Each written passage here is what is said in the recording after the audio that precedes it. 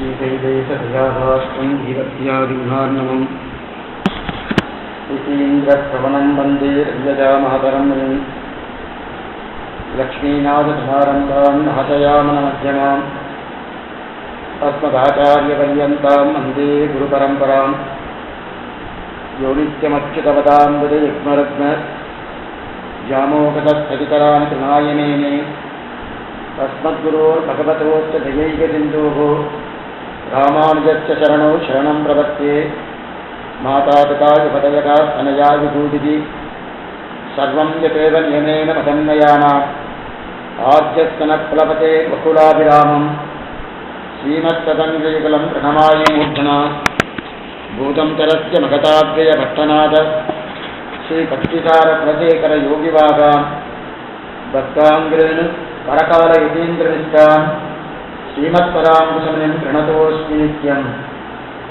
पाषण्डकापुरमहापुरभामुगाग्नि श्रीरङ्गराजशरणाम्बुजमूलदासक श्रीविष्णुलोकमणिमण्डपमार्गदायी रामानुजो विजयते यतिराजराजः पातुके यतिराजस्य कथयन्ति यथाक्षया तस्य दासरथे पादो शिरसा धारयाम्यहम्. சிவப்பதியான சர்வேஸ்வரனாலே வளர்க்கப்பட்ட சித்தாந்தமானது ஆழ்வார்களையும் ஆச்சாரர்களையும் தன்னுள்ளே கொண்டுள்ளது. ஆழ்வார்களை பிறப்பித்தது இந்த ஜீவாத்மாக்களை திருத்துவதற்காக பகவான் முதன்மையில் ஆழ்வார்களை பிறப்பித்தான். தன்னுடைய முயற்சி சகலமாகாத போனால் அதன் பிறகு இந்த மனிதர்களை கொண்டே மனிதர்களை திருத்துவோம் என்ற நிலையோடு ஆழ்வார்களை அவதரித்து திருத்த முற்பட்டான். ஆனால் ஆழ்வார்கள் தங்கள் காரியத்திலே பூர்ணமாக இருந்ததாக தெரியவில்லை. எந்த பிரயோஜனத்துக்காக ஆழ்வாருடைய அவதாரம் பண்ணப்பட்டதோ அந்த பிரயோஜனம் பூர்ணமாகப்படவில்லை ஆழ்வாருடைய காலத்தில். என்ன காரணம் என்றால் ஆழ்வார்களுக்கு உபதேசம்தான் பிரதானமாக வைத்திருந்தான் பகவான். இருப்பினும் ஆழ்வார்கள் தாங்கள் உபதேசத்தை காட்டும் தன்னுடைய அனுபவத்திற்குத்தான் முதலுரிமை கொடுத்தார்கள். ஆழ்வார்கள் பகவானை அனுபவித்தது பிராதான்யமாக போயிற்று. அதனாலே உபதேசம் கொஞ்சம் தளர்ந்தது. உபதேசம் தளர்ந்தபடியாலே அனைத்து மக்களும் செய்வை கொண்டு போவதற்குண்டான வழி இல்லாமல் போயிற்று. அதனாலே மறுபடியும் பகவான் என்ன பண்ணினான்னா ஆச்சாரியர்களை அவதரிப்பித்தார். இந்த ஆச்சாரத்தை கொண்டு இவர்களை நம் தேசமாக இருக்கக்கூடிய செய்வை குண்டத்துக்கு அழைத்துச் சொல்ல முற்பட்டு நாவல்கள் தொடக்கமாக மனவாளமாக ஈராக அத்தனை ஆச்சாரியர்களும் அவதரிப்பித்தான். அதிலே நடுநாயகமாக திகழக்கூடியவர் தான் சுவாமி ராமானுஜர். காஷாய சோதி கமனீய சிகாரிவேஷம் தண்டத்யோர் பலகரம் விமலோகரீதம் உத்யந்திகேசனிபம் உள்ளதூர்தபுந்தம் ரூபம் தவாஸ்தி எதிராக சிசோன்மாகியே பூமன்னமாது பொருந்தியமாகன் புகழ்வெளிந்த பாமன்னமாறன் அடிபணிந்திருந்தவன் கல்கலையோர் தாமண்ண வந்த ராமானுஜன் சரணாரவிந்தம் நாம் மன்னி வாழ நெஞ்சே சொல்லுவோம் அவன் நாமங்களே என்று திருவரங்கத்தவர்கள் காட்டிக் கொடுத்தாப்பலே ராமாவுடைய அவதாரம் மிகவும் பிரசித்தமாயிற்று. இருப்பினும் அவருக்கு பல பல சிஷ்யர்கள் உண்டார்கள். அந்த சிஷ்யகுட்டிலே ஒரு சிறந்த சிஷ்யராக கருதப்பவர் தான் சுவாமி முதலியாண்டார். அந்த முதலியாண்டவுடைய 10 வார்த்தைகளைத்தான் நான் அனுபவிக்கக்கூடியுள்ளோம். ஆச்சரியமான வார்த்தை. இதற்கு முன்னாடி எம்பாவுடைய 10 வார்த்தை அனுபவித்தோம். இருப்பினும் அதன் மேற்கொண்டு திருக்கோட்டியூர் நம்பியுடைய 18 வார்த்தைகள் சொல்றது கட்டிலும் 18 தடவை நடந்தார். இது முடிந்தால் வாரும், இது நடந்தால் வாரும், இது நடந்தால் வரும், ஒவ்வொரு வார்த்தையாக சொல்லியிருக்கார். கடைசியிலே இப்படிப்பட்ட அதிகாரத்திற்கு திருமந்திரம் கைகூடும் என்று முடித்தார் 18 வார்த்தையாக. ஆனால் இந்த வார்த்தை முதலியாண்டான் வார்த்தை அந்த 2 வார்த்தைக்கும் காற்றில் வேறுபட்டது. பின்னாடி வச்சு சொல்றேன். முதலியாண்டார். முதலியாண்டார்ன்றது யாரு? சாமானியமா ராமாவுடைய வழக்கையாக திகழ்ந்தவர் தான் முதலியாண்டார். அவருடைய ரைட் ஹேண்ட் சொல்றோம் வழக்கை தான். இன்னைக்கு ஸ்ரீரங்கத்திய பூர்ணமாக நடக்கிறதுனா ராமாவளியை காட்டு வைபவம் யாருக்குன்னா முதலியாண்டானுக்கு தான். இவர் அப்பப்ப கிளம்பி போயிட்டே இருப்பார். அங்க பாத்துக்கிறது கூட யாருன்னா முதலியாண்டான் தான். இன்னைக்கும் மணியக்காரர் முதலியாண்டான வம்சத்தர் தான் மணியக்காரர். மேற்கொண்டு அது நேரத்தில் சொல்றேன். அப்புறம் ராமாவுடைய வழக்கையாக வந்தார். ராமஷ்ய தட்சிணோபாகுன்னு சொல்றார். இது ஒரு கட்டம் ராமாயணத்துல. ராமனுக்கு வழக்கையாக இருக்கிற பொழுதுதான் லக்ஷ்மணன். அந்த லக்ஷ்மணன் யாரு? ஆதிசேஷன் தான் லக்ஷ்மணன். ராமன் இது செய்தாலும் லக்ஷ்மணனை முன்னிட்டு கூட்டுதான் லக்ஷ்மணன் மூலமாக தான் பண்ணுவான். ராமனும் லக்ஷ்மணனும் பிறந்ததிலிருந்தே பிரிவு என்பதே கிடையாது. என்றைக்கும் பிரிவியாது. முதல்ல ராமன் பிறந்தான், அடுத்து லக்ஷ்மணன் பிறந்தான். கிளம்பி போறது முதல்ல லக்ஷ்மணன் கிளம்புறார், அடுத்த க்ஷணமே ராமன் கிளம்பியாரு. பிரிந்த நாளே கிடையாது. சீத்தையை விட்டு பிரிந்த நாளாவது உண்டு. ஆனால் லக்ஷ்மணனை விட்டு பிரிந்த நாள் உண்டான்னா கிடையாது. தான் சம்பிரதாயம் ரொம்ப முக்கியம். சீத்தையை விட்டு பிரிஞ்ச நாள் ராமாயணம் நிறைய உண்டு. 10 மாதம் பிரிஞ்சிருக்கா. அதுக்கப்புறம் 1000 வருஷம் இருந்ததுக்கு அப்புறம் சீத்தையை விட்டு பூர்ணமா பிரிஞ்சிருக்கா. ஆனா இங்க அப்படி இல்லை. 11,000 வருஷங்கள் ராமராஜ்யம் நடந்தது. அந்த 11,000 வருஷங்களும் கூடவே இருந்திருக்கான் லக்ஷ்மணன்.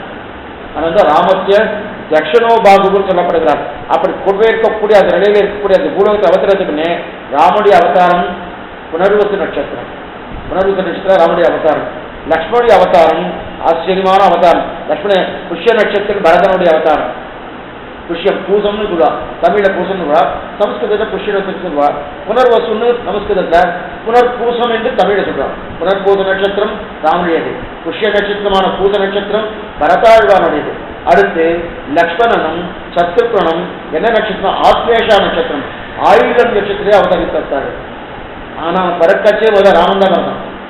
ராமன் இங்க இருக்காங்க இருக்கதா லக்ஷ்மணன் தான். ராமன் கிளம்பி போகிறதுக்குள்ளே லக்ஷ்மணன் கிளம்பியாச்சு. அப்ப ராமனை விட்டு லக்ஷ்மணன் ஒரு மாதம் பிரிஞ்சு, ராமனை விட்டு லக்ஷ்மணன் பிரிஞ்சது கிடையாது. லக்ஷ்மணன் விட்டு ராமன் பிரிஞ்சு ஒரு க்ஷணமாக இருந்திருக்கான். ஆனா ராமன் விட்டு பிரிஞ்சதே கிடையாது. அந்த லக்ஷ்மணன் வேறல்ல, சுவாமி எம்பெருமானார் வேறல்ல. இது எங்க தெரியுது? லக்ஷ்மணன் ஏன் கிளம்பச்சே லக்ஷ்மணோ கதாம் கத்திக்கின்னு லக்ஷ்மணன் பின்தொடர்ந்து போனான். அந்த லக்ஷ்மணன் கிளம்பின விஷயம் பெரிய விஷயம். அது பெரிய விஷயம். அது உத்தர ராமாயணத்தில் ரொம்ப நல்லா எழுதப்பட்டுள்ளது. ஒரு ரிஷியால ஏதோ ஒரு குற்றத்தை சொல்லி ராமனே லக்ஷ்மணனை கொல்ல அளவுக்கு வந்தாச்சு. எப்பயாவது எனக்கு நேரம் இருக்கச்சே சொல்றேன். அந்த விஜய் வந்ததுன்னு எதுக்கு சொல்றேன்னா, அதுக்கப்புறம் தான் ராமனே லக்ஷ்மணன் வெளில போ, நாட்டை விட்டு வெளில போய் சொல்லியாச்சு. அந்த அளவுக்கு அங்க நடந்திருக்கு. சரித்திரம் பெரிய சரித்திரம் இருக்கட்டும். இருந்தாலும் இந்த நிலையில் இருக்கச்சே லக்ஷ்மணத்தை பிரிஞ்சதே கிடையாது. இதைத்தான் லக்ஷ்மணே பிரிவிக்கணும். நசசீதா ஸ்வயாஹீனா நச்ச அகமதி ராமக முகூர்த்தமதி ஜீவாவக ஜலாந்தத்யாபிகோத்மிதோ. இது ராமாயண ஸ்லோகம். நசசீதா ஸ்வயாஹீனா லக்ஷ்மணுடைய வார்த்தை. இந்த வார்த்தை ஆஸ்கரமே வார்த்தை. ஏ ராமா, தண்ணீரை விட்டு மீன் எங்கேயா பிரியுமா? பிரிந்தா என்ன உயிர் தரிக்குமானா? தரிக்கவே தரிக்காது. அடுத்த க்ஷணமே அது உயிர் மாஞ்சி போடும் இல்லையா? அதே போல எப்படி தண்ணீரை விட்டு மீன் பிரியாதோ, அதே போல சீத்தையை விட்டு எப்படி உன்னை நீ பிரிய மாட்டாயோ, நானும் உண்மை விட்டு பிரிய மாட்டேன்னு இது திட்டாங்க. அத்தனை தூரம் மீன் பிரியாண்டால் உயிர் போகிறது. நான் பிரிந்தால் என் நீர் மாற்றி கிளம்பச்சே காட்டு கிளம்பச்சே மிச்சம் 2 தம்பிகள் இருக்கா. பரதனும் இருக்கான். ஆனா பரதனும் சத்ருகனும் இந்த தேசத்துல இல்லை. தேசத்துல ராமலட்சுமணன் தான் இந்த தேசத்துல இருந்தாருங்கிற அவன் கேகேஜிக்கு அவர் மாத்தருடைய தேசத்துல இருந்தார். அவருக்கு இந்த விஷயமே தெரியாது. இருந்தாலும் கூட போனது யாருன்னா லக்ஷ்மணன் மட்டும்தான். கைங்கரியம்னு சொன்னா லக்ஷ்மணன் தான் சொல்லுவாங்க, மற்றவங்க சொல்ல மாட்டேன். அப்படி கைங்கரியம் பண்ணியிருக்கா லக்ஷ்மணன். ஒளிவில் காலமெல்லாம் உடனாய் முன்னே வெளிவிடாடுமே செய்ய வேண்டாம். அதுக்கு திருட்டான்னு சொன்னா முதல்ல லக்ஷ்மணன் தான் இருப்பார். கைங்கரியத்துக்கு 4 பேர் எடுத்திருக்கா. கைக்கு 4 பேர் முதல் யாருன்னா ஆதிசேஷனோட அவதாரமா இருக்கக்கூடிய லக்ஷ்மணன் தான் தெரிவிக்கிறார். இதுக்கு சொல்ல வந்தேங்க. அப்ப லக்ஷ்மணன் இல்லாமல் ராமனுக்கு வாழ்க்கையே கிடையாது. அவ்வளவு தூரம் நெருக்கம் லக்ஷ்மணனும் ராமனும். ராமனுக்கு இந்த ஒரு ஆசையம், இத்தனை கைங்கரியம் பண்ணியிருக்கானே லக்ஷ்மணன், நமக்கு நாம திருப்பி ஏதாவது பண்ண வேண்டாமா லக்ஷ்மணனுக்கு? எவ்வளவு கைங்கரியம் இருக்கும். சுட்டமெல்லாம் பிஞ்சட சொல்தானம் அடைந்தவனின் பாசுரம் குலசேகர வாழ்வு பெருமாள் சொன்னீர்கள். சுட்டமெல்லாம் பின்தொடர தொல்காலம் அடைந்தவனின் பாசுரம். பெரியவாசன் விசாரிக்கிற சுற்றமெல்லாம் பின்தொடரின் குலசேகராஜர் தெரிவிக்கிறாரு. இவருக்குன்னா ராமாயணமே தெரியாத. ராம லக்ஷ்மணன் சீத்தை 3 பேருக்கும் போயிருக்காங்க. சுட்டமெல்லாம் பின்தொடர்ந்தன. எங்க தொடர்ந்தா? தொடரவே இல்லையே. பின்னாடி பரத வரைச்சுதான் ஆயிட்டு வந்தா. ஆயிட்டு வந்த பிரயோஜனம் இல்லை. ராமனை வரமாட்டேன் திருப்பி மறுபடியும் அவ நாட்டுக்கு போயிட்டான். இருந்தாலும் இங்க இவருக்கு குலசேகர பெருமாள் என்ன தெரிகிறார்? சுட்டமெல்லாம் சுட்டவன்னா சுட்டமெல்லாம் பின்தொடர்ந்தால் என்னென்ன கைங்கரியம் பண்ணுவார்களோ அது அத்தனையும் லக்ஷ்மணனே பண்ணபடியாது சுட்டமெல்லாம் பின்தொடர்ன்னு. அப்ப அத்தனை பேருடைய கைங்கரியங்கள் தான் சர்வதேச சர்வகால சர்வ அவஸ்தோதிக்க சகலவிதமான கைங்கரியங்களையும் பண்ண பெறுவரான தெரிவித்தா போல அத்தனை கைங்கரியம் லக்ஷ்மணன் பண்ணான்.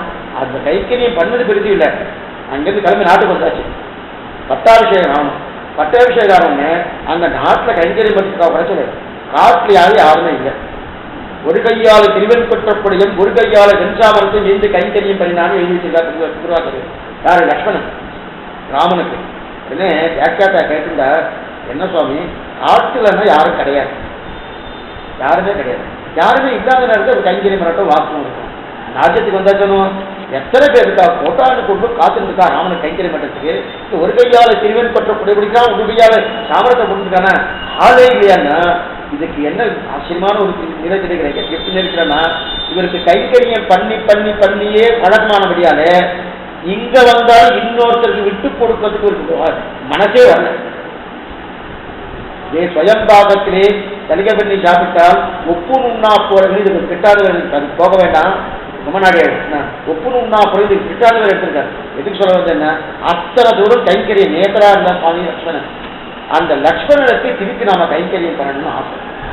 யாருக்கு? ராமனுக்கு. இத்தனை கைங்கரியம் பண்ணானு ஆனா பண்ணணும்னு ஆசை. ஆனா அது அந்த திரேதாயுகத்துல இது நடந்தது. அப்ப முடியுமான்னா முடியாது. லக்ஷ்மணன் யாரு? ஆதிசேஷனுடைய அவதாரம். ஆதிசேஷன் எப்போதும் பெருமாள் கைக்கிற மைண்டியா இருக்கா இல்லையா? சென்னால் குடையாம் இருந்தால் திங்காசனமாம் நின்னால் மரவடியாம் நிகழவுள் என்னும் படையாம் அணிவிலாத்தாம் கும்பட்டாம் புல்குமனையாம் திருமார்கரவன் அப்படி கைங்கரியம் என்றே பெருமாளுக்கு ஒரே ஆசை. இந்த நமக்கு கைங்கரியம் செய்யும் பக்தர்களுக்கு நாம் திருப்பி ஏதாவது கைங்கரியம் பண்ணணும்னு ஆசை. அவருடைய ஆசை எப்படி இருக்குன்னா நாமெல்லாம் அவர் கைங்கரியம் பண்ணணும், அவர் நமக்கு ஒண்ணுமே பண்ணலையா அதெல்லாம் திருப்பி பண்ணணும்.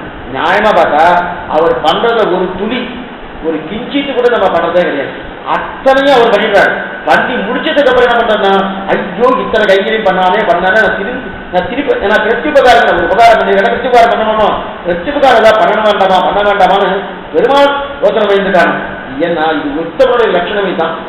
ஒரு உத்தமன் மத்தியமன் அதமன் 3 பேர் இருக்கார். அதமன் என்ன பண்ணுவான்னா எல்லாரும் உதவி பண்ணுவார். ஆனா எத்தனை உதவி பண்ணணும் தனக்கு யாருமே ஒண்ணுமே பண்ணல இவரும் பண்றது இல்லை. அதை பண்ணவாலே பண்ணினா சொல்லாம அதையும் சொல்லாம எனக்கு யாருமே ஒண்ணுமே பண்ணல அப்படி புகார் சொல்லிட்டே இருக்காரு. இவெல்லாம் அதமன் பேர். மத்தியமன் யாருன்னா ஒண்ணுமில்ல அதை பண்ணினா திருப்பி நான் பண்ணி அது பண்ணதுக்கு திருப்பி சொல்லணும். அந்த கல்யாண கட்டத்துல சம்பந்தி மரியாதைன்னு இருக்கும். அவர் என்ன கொடுக்குறாரு அதுக்கு வந்து 10,000 கொடுக்கணும் அப்படின்னு சொல்றா இல்லையா? அந்த மாதிரி பண்ணினே திருப்பி பண்றா இல்லையா? அவளுக்கு மத்தியமன் பேரு. உத்தமன் யாருன்னா அவ எல்லாத்தையும் உதவி பண்ண மாட்டான். ஆனா எல்லாம் பண்ற மாதிரி வைத்துக் கொண்டு தாம் எல்லாத்தையும் பண்ணிவிட்டு தாம் ஒண்ணுமே பண்ணவில்லைன்னு சொல்றாங்க. அவளைத்தான் உத்தமன். பகவான் புருஷோத்தமன் ஒங்கி உலகளந்த உத்தமன் பேர்பாடுன்னு ஆண்டாள் தெரிவிக்கிறாங்க. அப்படிப்பட்ட ராமன் புருஷோத்தமனாயிருக்கு. அந்த புருஷோத்தமன் இப்ப லக்ஷ்மணனுக்கு கைங்கரியம் பண்ணு பாதிக்கிறார். ஆனா அந்த நிலையில கைங்கரியம் பண்ண முடியுமானா பண்ண முடியாது. அங்கு நிறைய வேணும் கைங்கரியம் எடுத்துக்கு என்ன பண்றது? அப்ப இந்த கலியுகத்துல தான் முடியுது. கலியுகத்துல தான் அந்த கைங்கரியம் பூர்த்தி ஆனது. லக்ஷ்மணனுக்கு கைங்கரியம் பண்ணணுன்ற நிலை எப்ப ஏற்பட்டது? கலியுகம் தான் பூர்த்தி ஆனது. ஆச்சரியமா லக்ஷ்மணி அவதாரம் தான் கலியுகத்தில் ராமானுஜர். எல்லாருக்கும் தெரியும். அதாவது அனந்த பிரதமம் ரூபம். முதல் ரூபம் எது? அனந்தாழ்வாருக்கு. கிருதயுகத்திலே அனந்தாழ்வான அவதாரம், திரேதாயுகத்திலே லக்ஷ்மணன அவதாரம், துவாபர யுகத்திலே பலராமனாக அவதாரம், கலியுகத்திலே கலௌ ராமானுஜோத்சதா. கலியுகத்திலே ராமானுஜராக சுவாமி அனந்தாழ்வாரை ராமானுஜராக அவதாரம் பண்ணார். ஒன்று சொல்றார். மற்றொன்று சொல்றார், இந்த திருவெல்லிக்கேரி பார்த்தசாதி வேற அல்ல, சுவாமி எம்பெருமானார் வேற அல்ல. அந்த பார்த்தசே நான் இவர் இங்கிருந்து தான் உத்தரகாமேற்றி யாகம் பண்ணார். சமயாதி தான் உபதேயாகம் பண்ணார். 40 வருஷத்துக்குள்ளே அந்த படம்லாம் போட்டுப்பார். ஆண்டாள் வந்து திருவள்ளிக்கு ஆண்டாள் வந்து 7 விஸ்வரூபம் படம் போட்டுப்பார். பழைய ஆளுகளாக தெரியும். இப்பெல்லாம் வந்து எல்லாத்தையும் நல்லதே இருக்கக்கூடாது.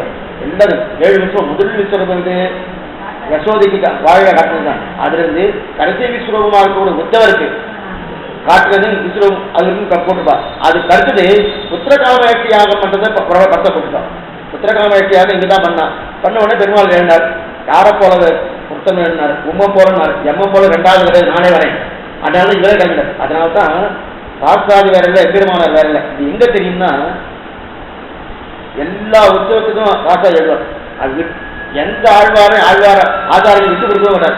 நம்பெருமாள் அப்படி இல்லை, அவருக்கு அதை பற்றி கவலையே கிடையாது. இவர் எந்த ஆழ்வாரையோ எந்த ஆதாரையோ விட்டு கொடுக்க மாட்டார். விட்டு கொடுக்காம இவர் பாட்டி அந்தந்த உற்சவத்தை பார்த்தாரு.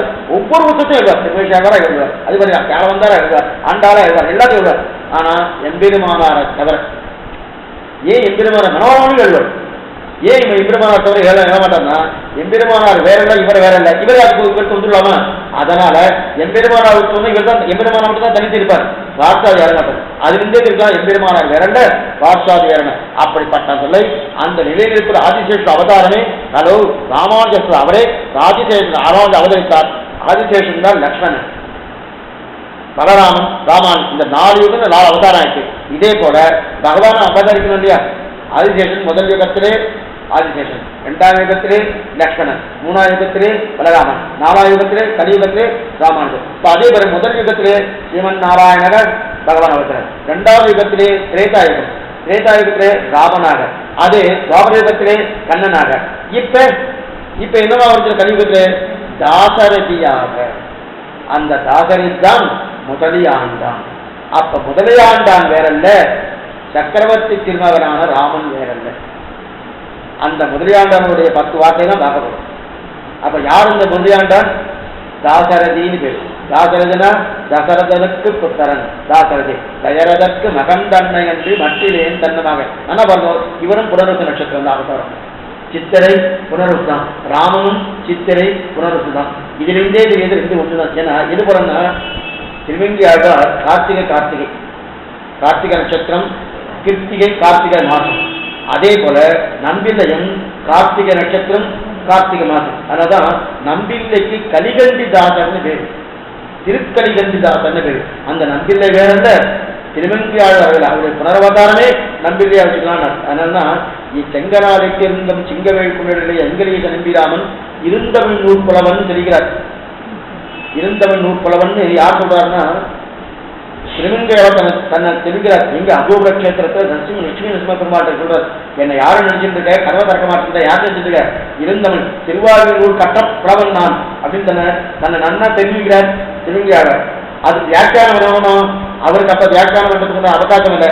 மறுபடியும் மாமே எடுக்கணும். நம்பிள்ளையா எழுந்து 36,000 பண்ணான்னு பூர்வாதோடைய குருபுரம் எழுதி வச்சது. எதுக்கு சொல்ல வந்தேன்னா, அப்ப முதலையாண்டான் வேறல்ல, ராமன் வேறல்ல. இப்ப என்ன ஆயிடுச்சு, ராமனே முதலையான் தாசரதியாக அவதாரம் பண்ண முடியாது. இப்ப திருப்பணம் போனோம். எங்க கை திரேதாயுகத்துல லக்ஷ்மணன் ராமனுக்கு கைங்கை பண்ணியிருக்கார். அதே லக்ஷ்மணன் இங்கு எம்பெருமானார் ராமானுஜர் அவதாரம் பண்ணார். அந்த ஆதிசேஷன் ராமானுஜர் அவதாரம்.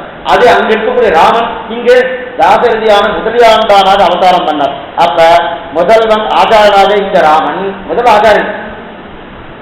ஆச்சாரியன் ராமன். அந்த ராமன் இங்க சிஷ்யன் ஆயிடுச்சு. அங்க சிஷ்யனா இருந்த லக்ஷ்மணன் இங்க ஆச்சாரன் ஆயிட்டார். இப்ப கைங்கரியம் யாருக்கு? ராமன் லக்ஷ்மணனுக்கு கைங்கரியம் பண்ற மாதிரி தான் வருது. லக்ஷ்மணன் யாரு? ராமானுஜன். ராமன் யாரு? தாசரதி. அப்ப தாசரதியா இருக்கக்கூடிய முதலியாண்டான் லக்ஷ்மணனா இருக்கக்கூடிய ராமானுஜருக்கு கைங்கரியம் பண்றாருன்னா அங்க நினைச்சார், திரேதாயுகத்தில் நினைச்சார், இத்தனை கைங்கரியம் பண்றாரு, லக்ஷ்மணனுக்கு திருப்பி நம்ம கைங்கரியம் பண்ண வேண்டாமான்னு நினைச்சார். அந்த கைங்கரியம் எப்ப சபலமாயிருக்கு, எப்ப பூர்த்தி ஆகுதுன்னா இந்த கலியுகத்திலே பூர்ணமாயிருக்கு தெரிவிக்கிறார். அதைத்தான் ஆக ஆதிசேஷனுக்கு கைங்கரியம் பண்ணுகிறான்னு அர்த்தம். அப்படின்னா அர்த்தம்னா இப்ப தாசரதியான முதலியாண்டான் சுவாமி எம்பெருமானாருக்கு கைங்கரியம் பண்றாருன்னா கைங்கரியம் ஏன்னா அவர் யாரு? மருமகன் தானே. தன்னுடைய சகோதரியின் புதல்வன் தான் தாசரதியான முதலியான். தனக்குடைய சகோதரி இருக்கிறார், தன்னுடைய தாய் வயிற்றில் இருந்த சகோதரி இருக்காளையா, அந்த சகோதரியின் புதல்வன் தான் முதலியாண்டார். அவருக்கு தாசரதின்னு பேரு. அந்த சகோதரி புதல்வன் ஆனபடியாலே திருமேனி சம்பந்தமும் இருக்கு. வெறும் ஆச்சாரிய சிஷ்ய சம்பந்தம் மட்டும் இல்ல, திருமேனி சம்பந்தம் இருக்கு. அப்படிப்பட்ட திருமேனி சம்பந்தம் இருக்கிறபடியாலே ஆதிசேஷனாக அவதரித்த சுவாமி எம்பெருமானாருக்கு ராமனாக அவதரித்த தாசரதியான முதலியாண்டான் கைங்கரியம் பண்ணார். அதைத்தான் இங்க விரும்பினார். என்ன ராமாப்தம் இல்லையா, இவ்வளவு கைங்கறி பண்ணால, இவ்வளவு கைங்கறி பண்ணால அந்த ராமன் விரும்பின திரேதாயுகத்தை விரும்பின விஷயத்தை எப்ப சபலமாயிருக்கு, எப்ப பூர்த்தி ஆயிருக்குன்னா கலியுகத்திலே ஒரு 1000 வருஷத்துக்கு பூர்த்தி பண்ணிட்டான்னு தெரியுங்க. அதைத்தான் இங்க விரும்பினாடா. நமக்கு லக்ஷ்மணன் எல்லா கைங்கரியத்தை பண்ணா அடுத்த யுகத்திலே நாம் மாற்றி மாற்றி பிறந்திருக்கோம். ஆனாலும் அந்த தாசரதியா பிறந்ததுக்கு அப்புறம் முதலியாண்டானுக்கு ராமானுஜருக்கு வழக்கரமாக இருந்தார். திரேதாயுகத்திலே ராமனுக்கு வழக்கரமாக லக்ஷ்மணன் இருந்தார். அப்ப ராமன் ஆச்சாரியன், லக்ஷ்மணன் சிஷ்ணன். இங்க லக்ஷ்மணன் ஆச்சாரியன். லக்ஷ்மணன் யாரு? ஆதிசேஷனாக இருக்கக்கூடிய ராமானுஜர் ஆச்சாரியன். அந்த ராமனாக இருக்கக்கூடிய தாசரதி இங்க முதலியாண்டார். இப்ப அவர் இவர் கைங்கரியம். அப்ப ராமன் லக்ஷ்மணனுக்கு கைங்கரியம் பண்றா போல ஒரு நிலை உண்டுட்டா இல்லையா? ராமன் யாரு? தாசரதி. லக்ஷ்மணன் யாரு? சுவாமி எம்பெருமானார். அவருக்கு கைங்கரியம். அதை ஆக அங்க ஆசைப்பட்டது பூர்த்தியானது இங்க. அப்ப ஆச்சாரியன் ராமன் இல்லை, லக்ஷ்மணன் தான் ஆச்சாரியன். அதுதான் எம்பெருமானார். சிஷ்யன் யாரு? ராமன் தான் சிஷ்யன். அவர் தான் முதலியாண்டான தாசரின். அப்ப ராமானுஜருடைய பாதுகை ஸ்தானமே முதலியாண்டார். ராமானுஜர் வேற இல்லை, மாணவர்கள் பாதுகை வேற இல்லை. இன்னைக்கும் ஒருத்தருக்கு ஷெட்டாரி சொல்றோம்னா பெருமாளுக்கு அதே ஒரு ஆழ்வாராஜாரெல்லாம் ஷெட்டாரி கிடையாது. ஷெட்டாரிக்கா நம்மாழ்வார்னு பேர். அப்ப அவாவுடைய திருவடி ஸ்தானம் இல்லையா, அந்த ராமாவுடைய திருவடி ஸ்தானத்துக்கு முதலியாண்டான்னு பேர். அங்க போய் ஷெட்டாரி கொடுக்க கேட்கக்கூடாது. எங்க வந்தாலும் அந்தந்த ஆழ்வார்கள் ஆச்சாரியத்துக்கு ஸ்தானால சில ஆழ்வார்கள் ராமானுஜன்னு பேரு. அது ராமானுடைய திருவடி ஸ்தானத்துக்கு முதலியாண்டான்னு பேரு. ஆனா ஒரே இடத்துக்கு தவிர முதலியாண்டம் கிடையாது. எந்த இடம் தெரியுமா? நீங்க திருமலைக்கு போனீங்கன்னா அனந்த ஆழ்வான்னு கேட்கணும்.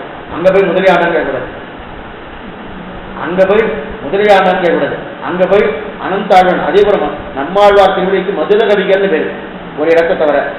ஆழ்வார் திருவிழி போனீங்கன்னா ராமானுஜன் அங்க மதுரை கவிகள். மற்ற எல்லாருக்கும் என்ன தெரியும்னா அவருடைய திருவிழி ஸ்தானம் தான் மதுரை கவிகள். ஆனா அங்க போய் இருக்கிறது என்ன கேட்கணும்? ராமானுஜருக்கு. அதே போல சுவாமி ராமாவுடைய திருவிழி ஸ்தானம் முதலியாண்டார்.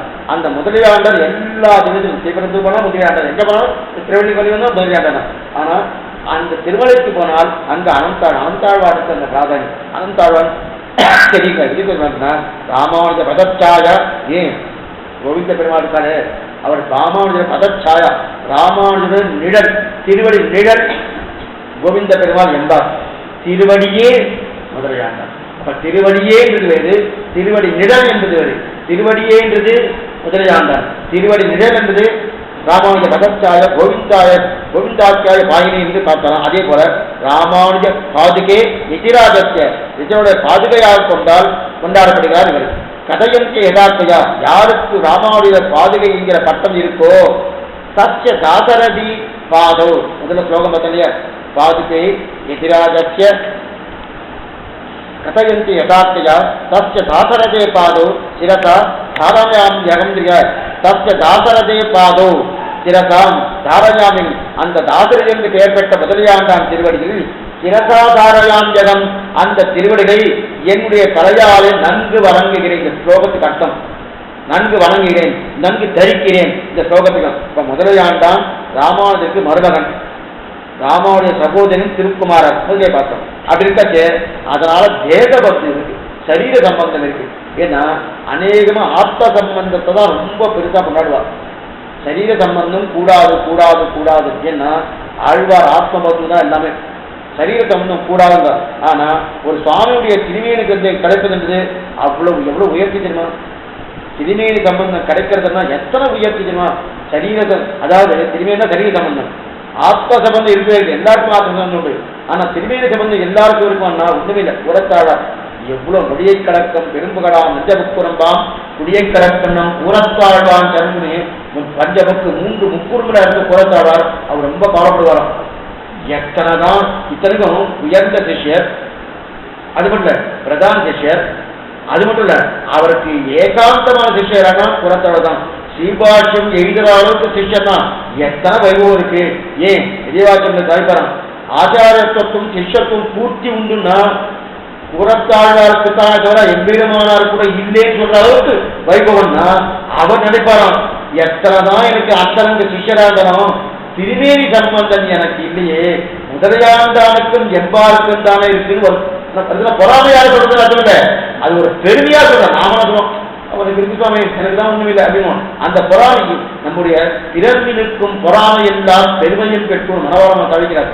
தென்னரங்க சீரலை திறக்காக பெற்றோம், திருவரங்கம் திருப்பதியை இருப்பாக பெற்றோம், மன்னிய தீர்மானங்களை உணவாக பெற்றோம், மதுரகவி சொல்படியை நிலையாக பெற்றோம், முன்னவரால் நம்பவர் முடுகருள்ள பெற்றோம், முழுதும் நமக்கவை பொழுபோக்காக பெற்றோம், பெண்ணையென்று தனிந்து பேராக பெற்றோம், பிறர் மினுக்கும் பொறாமம். பார்த்தோன்னே என்னமா இருக்கா என்னமா இருக்கு பொறாமை இல்லையா? அந்த பொறாமை தீ வைத்து வளர்த்து ஒரு துணியும் கிடையாது. அவெல்லாம் திருமேனி சம்பந்தமாச்சுன்னா கொண்டாடுறான்னு சொல்றான். அப்படிப்பட்ட திருமேனி சம்பந்தம் எனக்கு இல்லையே, ஒரு துளியாய் திருமேனி சம்பந்தம் இருக்கப்படாதா? என்ன முதலியாதான் இருக்கு, அவர்தான் மருமகளாக அவதரித்தார் அப்படின்னா இது ஆசைப்பட்டு சொல்லுது, பொறாமைக்காக சொல்லப்பட்டதல்ல. இது சொல்ல வந்தா முதலியாதான் பெருமையோடு சொல்லுகிறாராம். என்ன பண்ணாலும் ராமனுக்கு தம்பி லட்சுமணன் ஒரு திருமேனி சம்பந்தம் இல்லையா? ராமனுக்கு தம்பி லட்சுமணன் அப்ப திருமேனி சம்பந்தம் இல்லையா? அதே போல முதலியாண்டான் மருமகன் திருமேனி சம்பந்தம் இல்லையா? அந்த திருமேனி சம்பந்தம் இருந்தாலே அது நெருக்கமே தனி நிலைதான். இப்ப ராமாவனுக்கு இது எவ்வளவு தூரம் திருமேனி சம்பந்தம் தெரியுமா? அது மாதிரி இருக்கிறார். இந்த திருமேனி சம்பந்தம் எப்படின்னா, திருமேனி சம்பந்தத்தை யார் கொண்டாடுறா? ஆச்சாரியன் கொண்டாடுறார். சிஷ்யன் தான் நாம் ஆச்சாரியன் எப்படி இருக்கணும்னா, நம்மை ஆச்சாரியன் கொண்டாடும் அளவுக்கு நாம் இருக்கணும். நாம் ஆச்சாரம் கொண்டாடதான் போறோம், அது வேற விஷயம். ஆனா ஆச்சாரம் இந்த சிஷ்யனுக்கு தான் தவிர இந்த சிஷ்யன் அதான் அலியல்லம் பையவனோ அம்மவோ கொடியவாரன்னு தெரிவிக்கிறார் தொந்தரமுடியாழ்வார். பெருமாள் பார்த்து நான் பையன் அவன் அனுப்புவோம் அப்படின்னு சொல்லணுமா? அதே போல ஆச்சாரம் வந்து இந்த நம் சிஷ்யன் உள்ள அனுப்பு அப்படின்னு சொல்லணுமா? அந்த நிலைக்கு இருக்கச்சே சுவாமி எம்பெருமாள் சன்னியாசாஸ்திர ஸ்வீகாரம் இருக்கார். 16 வயசுல அவருக்கு கல்யாணம் ஆயிடுச்சு. கல்யாணம் ஆச்சு 16 வயசு. 32 வயசுல தான் அவருக்கு சன்னியாசாஸ்திர ஸ்வீகாரம் எடுத்திருந்தார், ஆசிரம ஸ்வீகாரம் எடுத்திருந்தார். அந்த 32 கன்னியாசி ஸ்வீகாரம் எடுத்துட்டு காஞ்சிபுரத்துல தான் சன்னியாசி ஸ்வீகாரம். என்ன அந்த புஷ்கரணிக்கு என்ன அனந்த சரஸ் புஷ்கரணின்னு பேர், ஆச்சரியமான புஷ்கரணி. அந்த புஷ்கரணிக்கு வந்து சன்னியாசாஸ்திர ஸ்வீகாரம் எடுக்கிறார். இவர் யார் சன்னியாசாஸ்திரம் கொடுத்தாருன்னா, சாதாரண சன்னியாச ஆசிரமம் எடுக்கணும்னாலே இன்னொரு சன்னியாசி கொடுக்கணும். இவர் தேவப்பெருமாளை எடுத்து கொடுத்தார், தேவப்பெருமாளை எடுத்து கொடுத்தாரு. இன்னொரு சன்னியாசி இல்லை, பெருமாளே உடனே எடுத்து கொடுத்தாரு. இங்க வச்சுக்கணும் எடுத்து கொடுத்த இதுக்கு சொல்ல வந்தேன்னா, அந்த சன்னியாச ஸ்வீகாரம் ஆத்ம ஸ்வீகாரம் எடுத்து திருதண்டத்தை கைது பிடிச்சிக்கணும். கைது பிடிச்சி நேர புஷ்கரில் போய் நிற்கணும், கழுத்தளவுக்கு ஜலம் நிற்கணும். அந்த ஆத்ம ஸ்வீகாரம் எடுத்து ஜலம் நின்று என்ன சொல்லணும்னா, சன்னியஸ்தம் மயா சன்னியஸ்தம் மயா சன்னியஸ்தம் மயான்னு ஒருத்த பொருளோட ஒவ்வொரு சத்தம் போட்டு சொல்லணும். அப்படின்னா என்ன அர்த்தம்னா, எல்லாவற்றையும் விட்டேன், எல்லாவற்றையும் விட்டான். சன்னியாசம் என்னது? எல்லாம் தெரிஞ்சும் பித்தரம் மாதரம் தாராம் புத்திராம் பந்தும் சகியும் குரும் ரத்னானி கனதானி கேத்திராணி விகானத்தை எல்லாத்தையும் விட்டுணும். ஒன்னோட இல்லை, அத்தனை விட்டுணும். அத்தனை விட்டேன் விட்டேன் விட்டேன்னு ஜலத்துல நின்று புஷ்கரில் நின்று சொல்லணும். இதை சொல்லிட்டு இருக்காரு. சொல்லிட்டு இருக்கிறது கூடவே ஒன்று சேர்த்துட்டார், நம்முடைய முதலியாண்டாரை தவிர அனைத்தையும் விட்டோன்னு. நமக்கு தோணிச்சு என்ன சுவாமி இவரை கூட தான் போருக்கு, இவருக்கு ஒன்றும் வைராட்சியமே இல்லை போட்டிருக்கு. நாங்களாம் இன்னைக்கு காத்துல கோவந்துட்டு மனைவியில கோவந்துட்டுனா உடனே கால் வேட்டி கட்டிக்க வேண்டியதான். அடுத்து சாயங்காலாச்சா வேலை வெட்டினாங்க. இது கோபத்துல வருது, அந்த மாதிரி இருக்க கோபத்துல வந்துட்டா இவருக்கு வைராட்சியமே இல்லையானா, இவருக்கு அந்த திருமேனி சம்பந்தம் என்றபடியால முதலியாண்டானை தவிரன்னு சொல்லலை. ஞாபகம் திருமேனி தவிர சொல்றதுக்கு என்ன காரணம்? திருமேனி தவிர எதுக்காக சொல்றேன், எதுக்காக சொன்னா பரம பாகவதம், அந்த பரம பாகவத சிறந்த ஆத்மா, அந்த ஆத்மாவுடைய சம்பந்தம் அவசியம் இருக்கணும். ஏன்னா இப்ப எல்லாத்தையும் விடுறதுன்னா என்ன அர்த்தம்னா, இப்ப பெருமாட்ட பக்தி இருக்கு அதையும் விட்டுலாமா, பெருமாட்ட பிரேமம் இருக்கு அதையும் விட்டுலாமா, நான் படிச்ச சாஸ்திரம்லாம் விட்டுலாமா? எது பிராப்தமோ அதை விடக்கூடாது, அப்பிராப்தமா இருக்கக்கூடிய பந்துக்கள் தான் விடுறதை தவிர இதைத்தான் ஆழ்வார்கள் ரெண்டு இருக்காரு. ஆனா நல்ல பதத்தா மனைவாழ்வார் கொண்ட பேரின் மக்களே அவெல்லாம் சேர்த்து போனார். அடுத்த பாட்டிலே ஒத்தனை சேகலன் 8ஆம் 10 திருவாழ் நெடுமார்கண்ணி, அதுல 11வது பாத்திரம் கள்ளகோட்பா புலகங்கள் முன்றிலும் தாஞ்சடைந்து அள்ளி கமலக்கண்ணன் அந்தங்குருகோ சிடகோபன் சொல்லப்பட்டாயிரத்துக்கு வெய்பத்தும் கொள்ளார்கள் நல்லபதத்தா மனைவாழ்வார் கொண்ட வேண்டிய மக்களே முடிச்சார். மூச்சு விட்டோம், அப்பாடா நாங்கெல்லாம் நல்லா இருக்கும், நம்மளோட குழந்தை குட்டி எல்லோட நல்லா சௌக்கியமா இருக்கும் சொன்னார். ஆழ்வார் நல்ல வார்த்தை சொன்னார். அடுத்த பாதம் ஒரு 10 பாட்டு தனியாக இருக்கப்படுறார். அடுத்த 9:1 9ஆம் பத்து முதல் பாதம் கொண்ட வேண்டி மக்களுட்டா சுட்டத்தவர்கள் கண்டதோடு கண்டதெல்லாம் நாதன் மற்றும் யாரும் அவரோட சேரவே சேராதுங்க, சேரவே சேராதுங்க. ஆழ்வே என்ன பேசுறது, இதுக்கு முந்தின பாட்டு ஒவ்வொரு சேர்ந்து இப்ப சேர வேண்டாம் சொன்னா அது அப்பிராப்தமான பந்து, இது பிராப்த பந்து. சாமி சொல்லுவார், வேலுமணி சுவாமி என்னன்னா இன்னைக்கு கைங்கரியத்தை ஒருத்தர் வந்துருக்காரு. கைங்கரி வந்துருக்காரு, ஏதோ கல்யாணம் நடக்கிறது, கைங்கரி வந்துருக்காரு. கைங்கரி வந்தோடனே அந்த கைங்கரி வரவாளை பார்த்து, சுவாமினே வந்திருக்கிறீரா, போன வருஷம் எவ்வளோ கொடுத்தேன், 500 ரூபா கொடுத்தேன், இந்த வருஷம் பிள்ளையும் சம்பாதிக்கிறான், 1000 ரூபா வச்சுக்கோ அப்படின்னு சொல்லி தகப்பனா சொல்றாரு. உள்ள வந்து சொல்றாரு, சுவாமினே என்ன சுவாமி 1000 ரூபா உங்களுக்கு இப்போ என்ன விலைவாசி இருக்கு, 1000 ரூபா போடுமா, என்ன உங்களுடைய 1000 ரூபாய்க்கு இன்னொரு 500 ரூபா போட்டு 1500 ரூபா கொடுப்போம் அப்படின்னா உள்ள அடுத்த இருந்து தயார் வரா.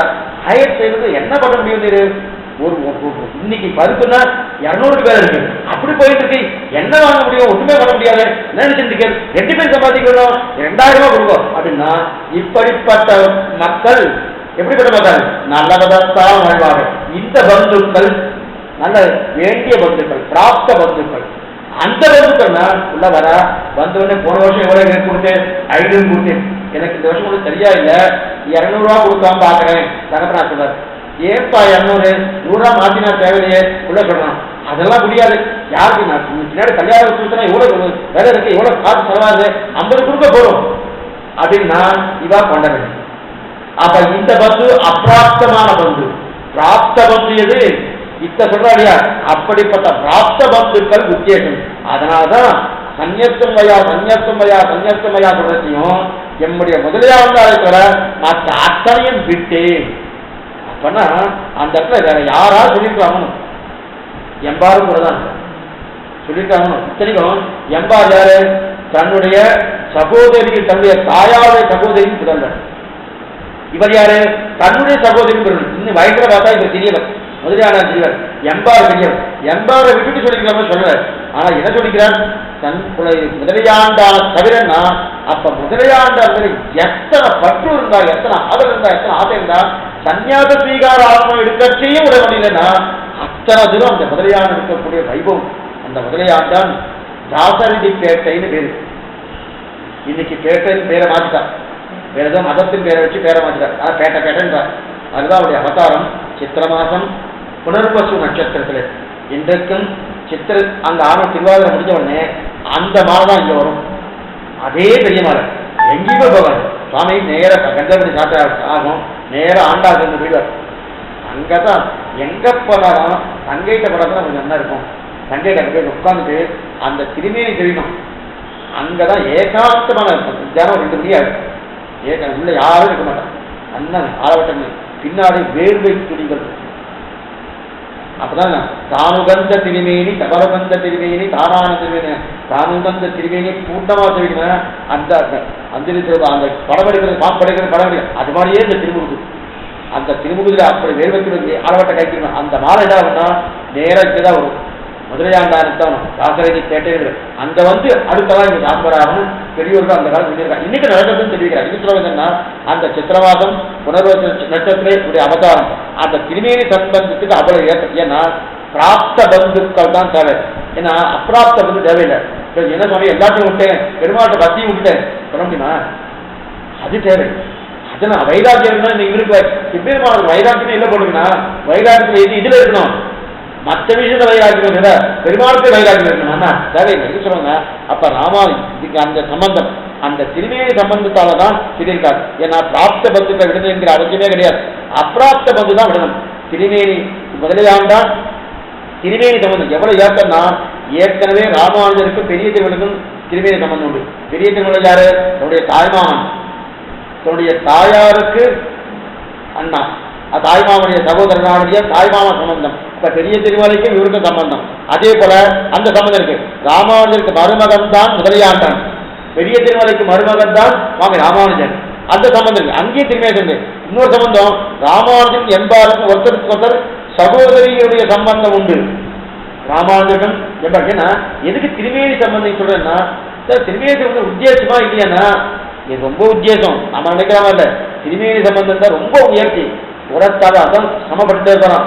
எத்தனைதான் அந்தரங்க சிஷ்யனா இருந்தாலும் ஒரு துளி திருமேனி சம்பந்தம் இல்லையே இல்லையே இல்லையன்னு எம்பாரையும் முதலியாண்டன் பார்த்து வருத்தப்பட்டு பார்த்து வந்தோம்னா பொறாம யாரும் இல்லை. அந்த சம்பந்தம் வேணும் வேணும் சாதிக்கிறாரு. அதே போல கெடாம்பியாச்சன பருமநாதம் சுவாமி ஜெயந்திகன் அதுவும் திருமேனி சம்பந்தம் தான். இந்த திருமேனி சம்பந்தம் 1 2 நிறைய பேரை பார்க்கலாம். திருமேனி சம்பந்தம் இதெல்லாம் இந்த திருமேனி சம்பந்தம் எங்கெங்க இருக்கு, எங்கெங்க ஆழ்வார் திருவரங்க பெருமாள் அறையர் ஆளவந்தாவுடைய புத்திரர் புத்திரர், நேரடியாக புத்திரர். அவர் ஆழ்வார் திருவங்கர், அவர் தான் இயற்பா ஆயிரத்தை கொடுத்திருக்காரு. அவர் தான் இந்த சொல்லா தமிழிடம் ஒன்றும் சுருதிகள் நான்கும் எல்லையில்லா அறையிருந்து என்று சொல்லக்கூடிய அந்த அரையர் பூர்த்தியா சொல்லிக் கொடுத்தது ஆழ்வார் திருவங்க பெருமாள் அரையர் தான். இது சொல்ல வந்தேன்னா அந்த அரையருக்கு திருமேனி சம்பந்தம் இருக்கு இல்லையா, ஆளவந்தாருக்கு அவருக்கு ஆளவந்தாருடைய திருமேனி சம்பந்தம்னா நாதனுடைய திருமேனி சம்பந்தம் இருக்குன்னு அர்த்தம். நானுடைய பேரன் ஆளவந்தார், அந்த சம்பந்தம் இருக்கு. திருமேனி சம்பந்தத்தை நல்லா எங்கெங்கெல்லாம் திருமேனி வாசி வச்சு பார்க்கணும். நாம என்ன பண்ணுவோம், நம்ம பெரியப்பா, நம்ம சித்தப்பா, அவருக்கு அத்தை, ஓர்படி, இந்த மாதிரி இந்த சம்பந்தம் மச்சின மாமா நாத்தனார், இதெல்லாம் நல்லா ஞாபகம். அவரெல்லாம் ஒன்றும் ரட்சிக்க போறதே இல்லை. இந்த சம்பந்தம் இருந்ததுன்னா இந்த சம்பந்தம் தான் ரட்சிக்கும்.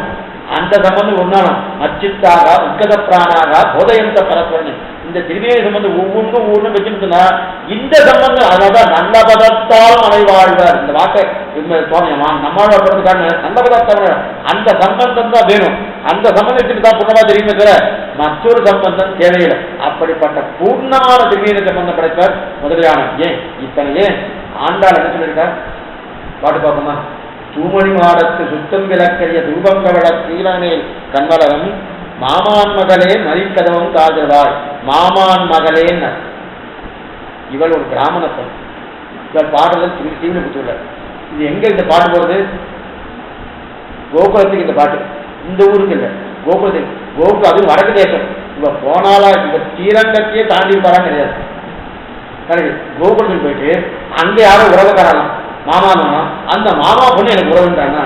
என்ன சுவாமி எப்படி செய்வது? இவரோ பிராமண பொண்ணு. அவ யாரு? அவ பிராமணாவே கிடையாது. சொல்ல அவ பிராமண சம்பந்தமே இல்லையே. அவ இடையர்கள், இடைச்சிகள். இடைச்சிகளை மாமா பங்காளிக்கு கூப்பிடாங்கன்னா திருமேனி சம்பந்தத்துல அத்தனை ஆசை இருக்கான்.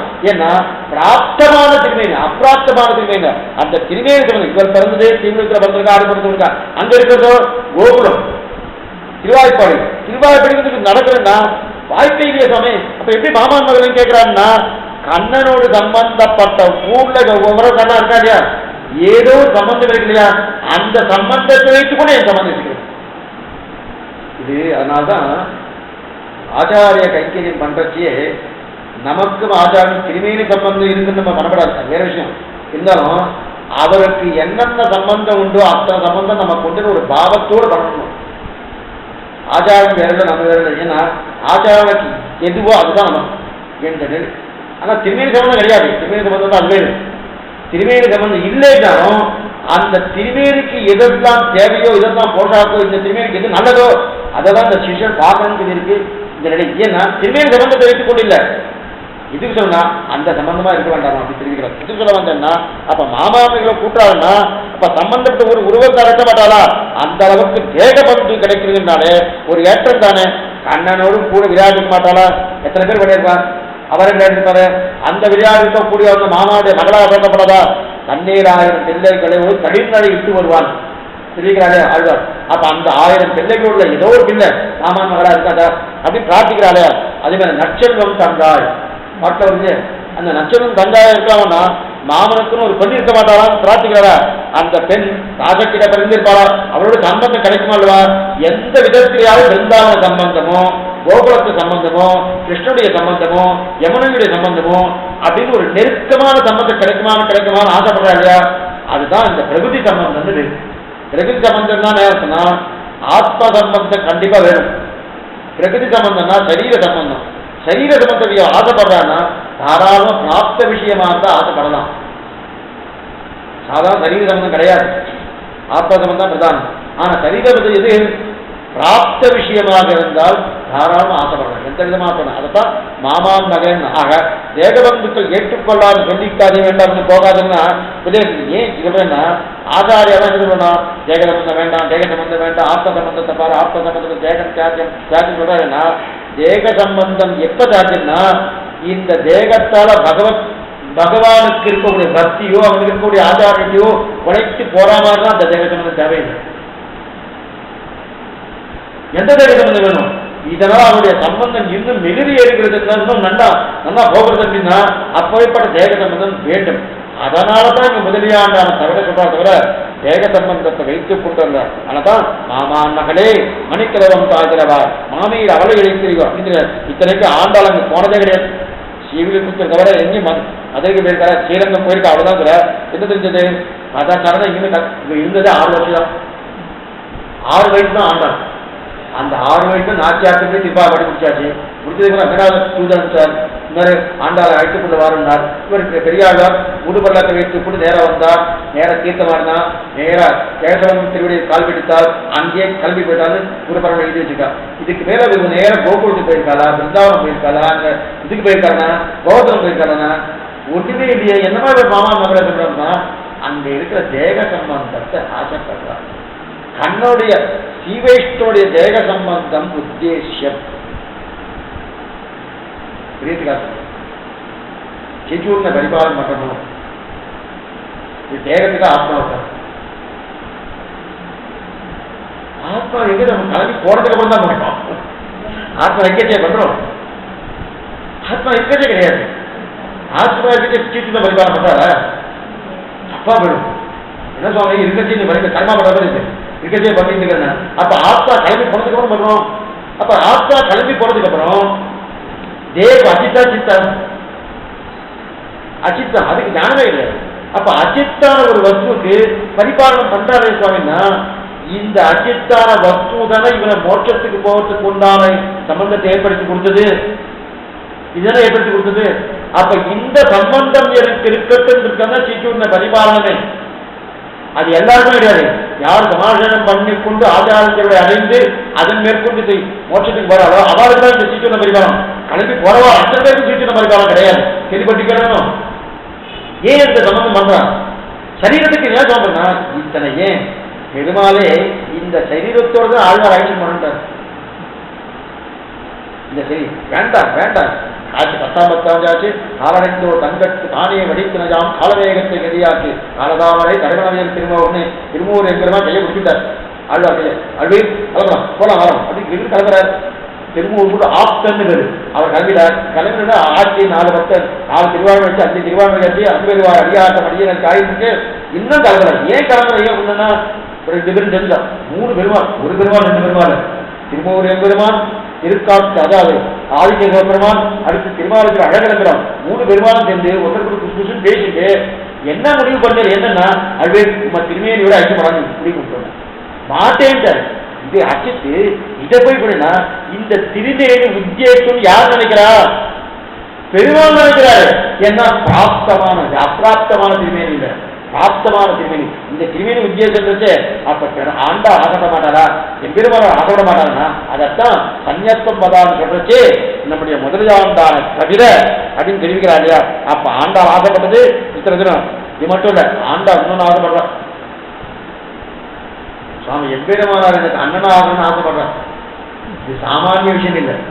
சுவாமி எம்பெருமானார் ராமானுஜர் எனக்கு அண்ணனாகணும் ஆசைப்படுறா இல்லையா? நாருதாருப்பதில் மாறிடும் சுரணம் பிடித்த நான் நூறுதராகத்தில் வாய் வைத்தேன். நூறுதராக இருந்த அக்கார் அடிகள் சொன்னேன். 7 திருவடியா இட்டு வந்து கொள்ளுங்களோ சொல்லிட்டார். சொல்லிட்டால தவிர கண்ணாராமா கண்ணர் ஏற்ற எழுதி வச்சுட்டார். ஏற்ற எழுதி வச்சதுக்கு நான் பட முடியுமாண்ணா? சுவாமி இந்த புஷ்பங்கா வந்து சமர்ப்பிங்கோ அப்படின்னு காகிதத்தில் எழுதி வச்சுட்டேன். சதுபிச்சுட்டா எழுதி வச்சுட்டேன். எழுதி வச்ச சமர்ப்பிச்சா ஆகாது. சுவாமி எம்பெருமான் பார்த்தோம் அவளால பண்ண முடியல. 6 வயசு குழந்தை என்ன பண்ண முடியும்? பெரியாழ்வார என்ன பண்ண முடியும்? நாம தான் தலை கட்டணும்னு இவர் பிரயத்தனப்பட்டு அந்த 100 தடா கங்காலம் 100 தடா வெண்ணெய் கங்காலத்துல கொண்டு வந்து சமர்ப்பிச்சிட்டார். அது பூர்த்தியா. அதனால்தான் இன்னைக்கு நீங்க திருமாலிருந்த குழந்தை மூலவர் நின்ன திருக்கோணம், உற்சவர் வீட்டிருந்த திருக்கோணத்துல ஆண்டாள் எழுதிருப்பார். அந்த 100 தடா வெண்ணெய் 100 தடா அக்காள் எடுத்து ஆண்டாள் தம்பி போனா மற்ற திடீர்னு தனி எங்க போனாலும் ஆண்டாள் உட்கார்ந்த மாதிரி தெரிவிக்கல, எங்குமே தெரிவிக்க முடியாது. வீட்டிருந்த திருக்கோணத்தை ஆண்டாள் தெரிவிக்க முடியும்னா தெரிவிக்க முடியாது. இவளை விட்டு நின்றுதா இருக்கார். எந்த விதத்தை போனா நின்றுதா இருக்கார். நீங்க திருவாரூர் அழகன் பெருமாள் சன்னதி போனா அந்த மூலவர் நின்றுதா இருக்கு.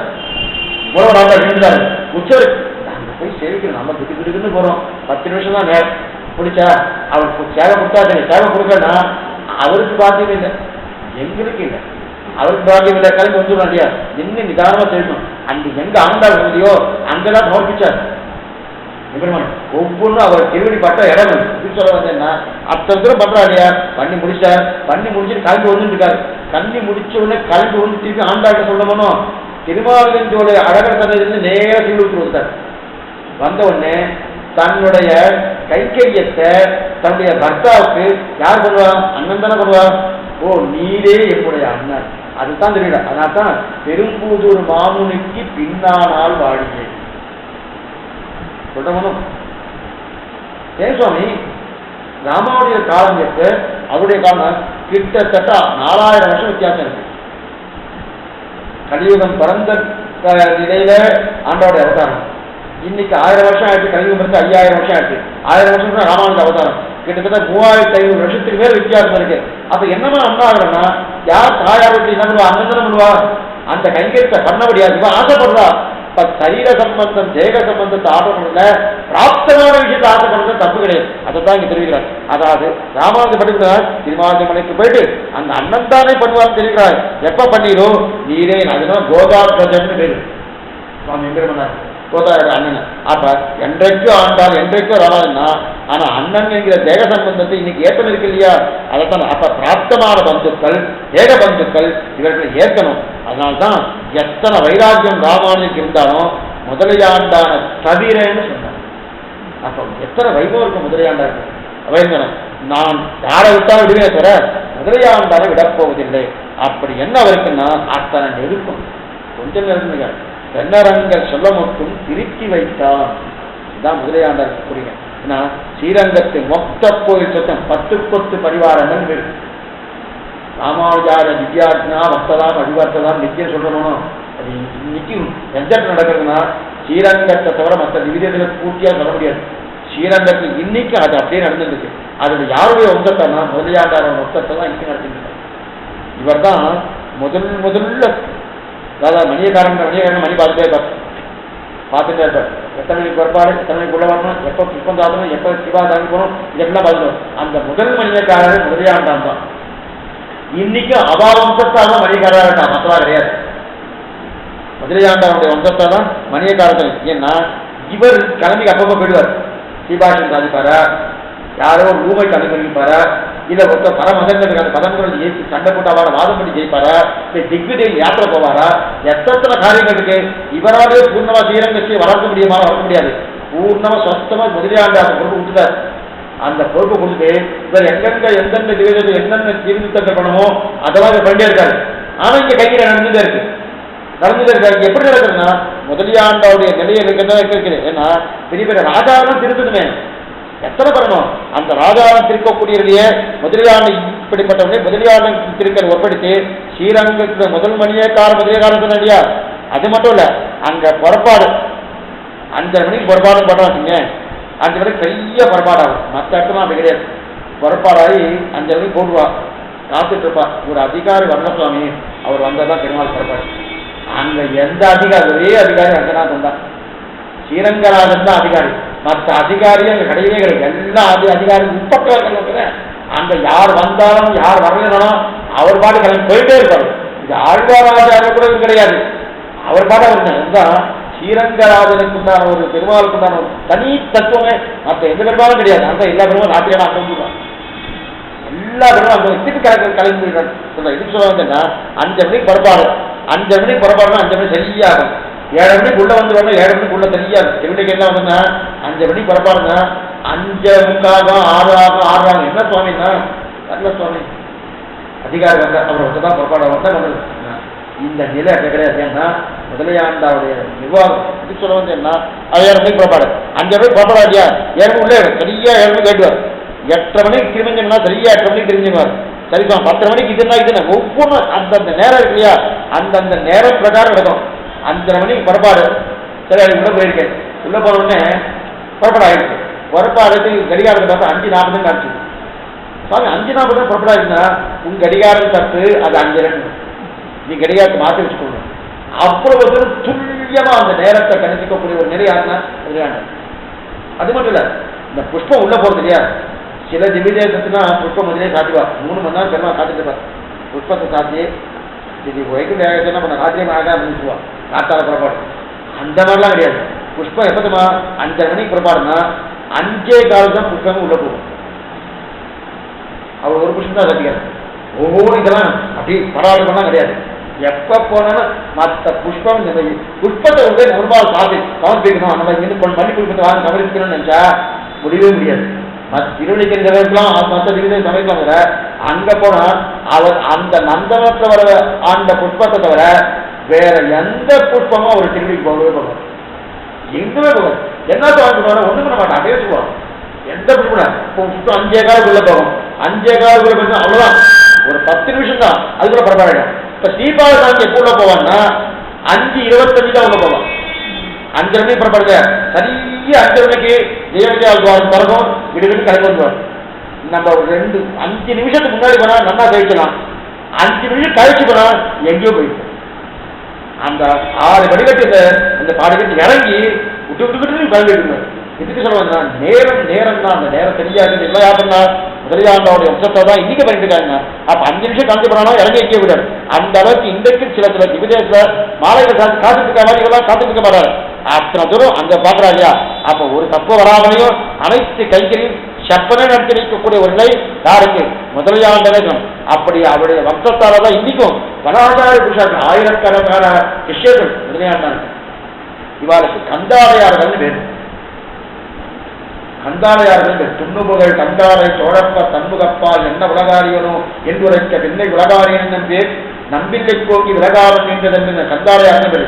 அந்த முதலியான வம்சத்துக்கு தான் கந்தாடையார்கள். அந்த கந்தாடையார்கள் எத்தனை சிஷ்யர்கள் அந்த 10 வருஷமா பிரிஞ்சு பாக்குறாங்கன்னா அந்த எத்தனை சிஷ்யர்கள் மட்டும் இல்ல, முதலியாண்டான் இல்லைன்னா இன்னைக்கு மேலக்கோட்டை திவ்யதேசமே இல்லை.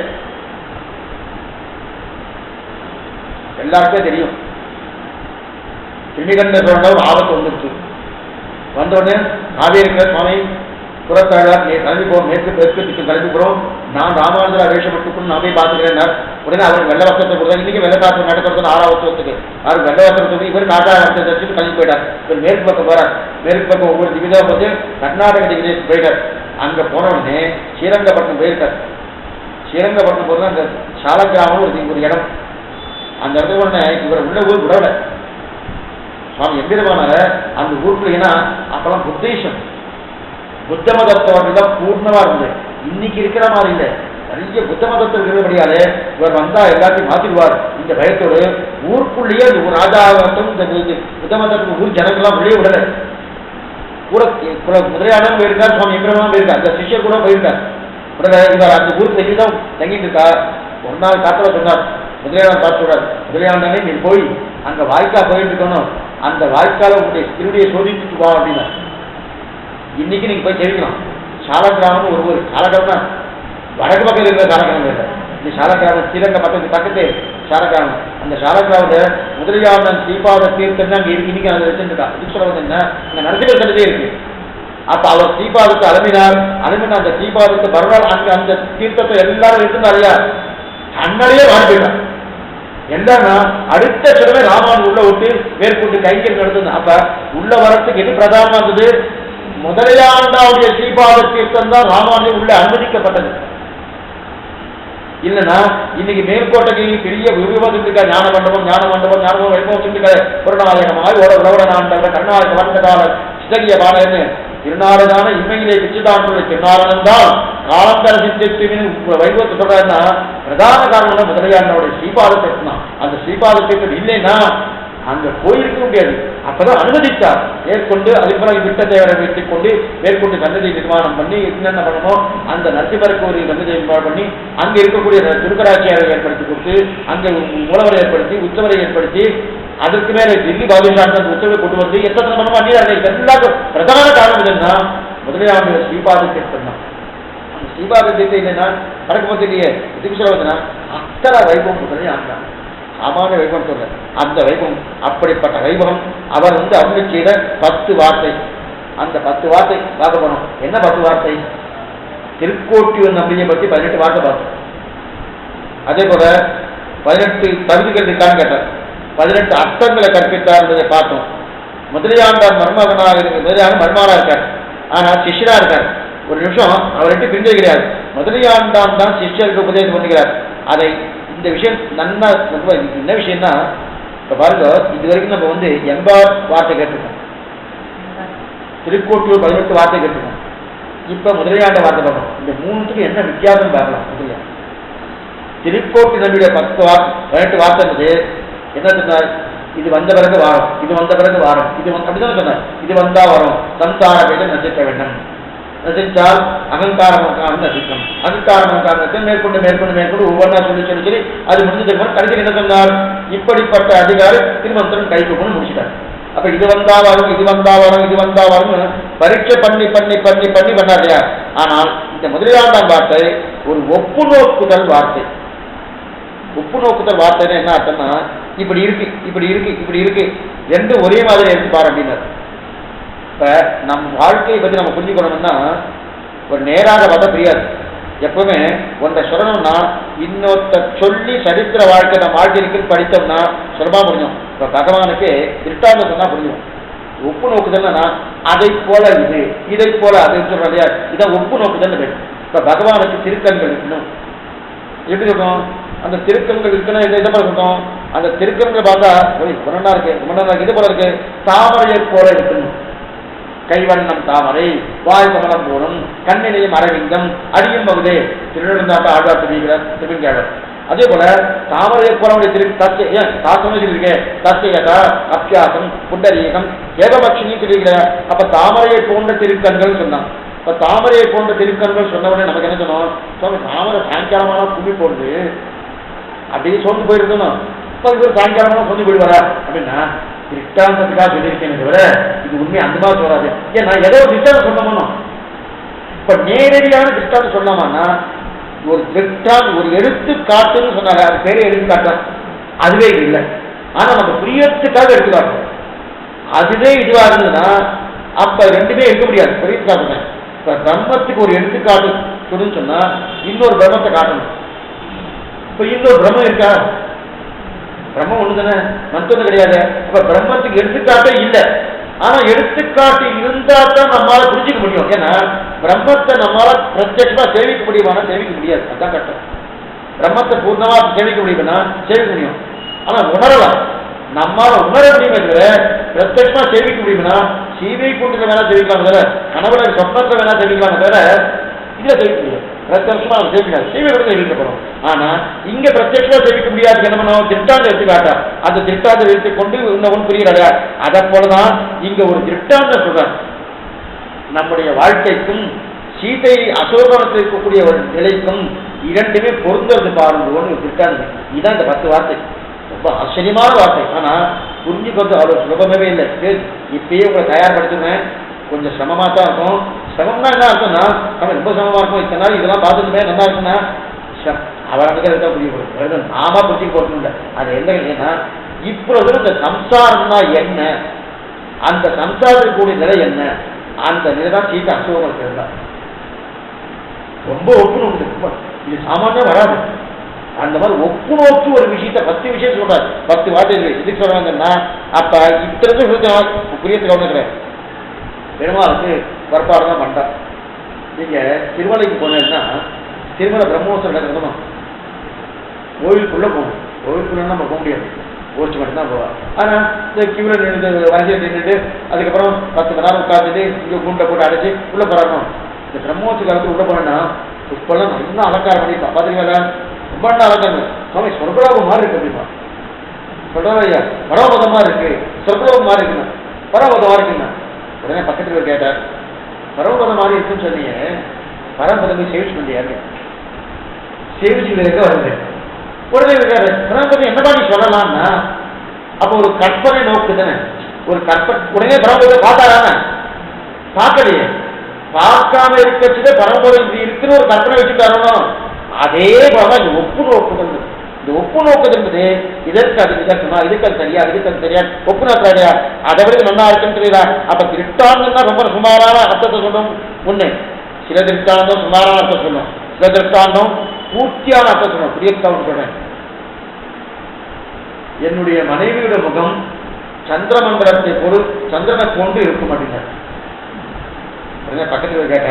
அப்ப உங்களுடைய மகனுடைய முகம் அவ உடம்புல இருக்க இல்ல ஆகாசத்துல இருக்காங்க? சந்தனம் போட இருக்குன்னு சொன்னார். சந்தனம் போட இருக்குன்னா எங்க சந்திரன் எங்க இருக்கு? ஆகாசத்துல இருக்கு. இப்ப இவன் முகம் உடம்பு இருக்குமா ஆகாசத்துல இருக்குமான்னா சாமி அப்படின்னா இருக்கணும். கிரிட்டாதான் உடம்புதான் இருக்கணும்.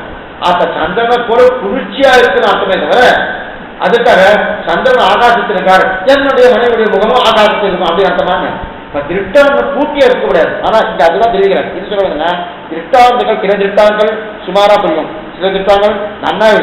இதை கொண்டு லக்ஷ்மணனுடைய ஸ்லோகத்துக்கு பார்த்தோம் ஏற்கனவே ஒரு ஸ்லோகம் பார்த்தோம்னா நசீதா துவயாஹீனா நச அகமபி ராகவா அப்படின்னு பார்த்தோம் இல்லையா. எப்படி மீனை விட்டு பிரியாதோ தண்ணீர் மீனை விட்டு பிரியாதோ அதே மீன் தண்ணி விட்டு பிரியாதோ அதே போல நானும் விட்டு பிரிய மாட்டேன். இந்த இடத்துல லக்ஷ்மணன் ராமனை விட்டு பிரிவது கிடையாது சொல்லணும்.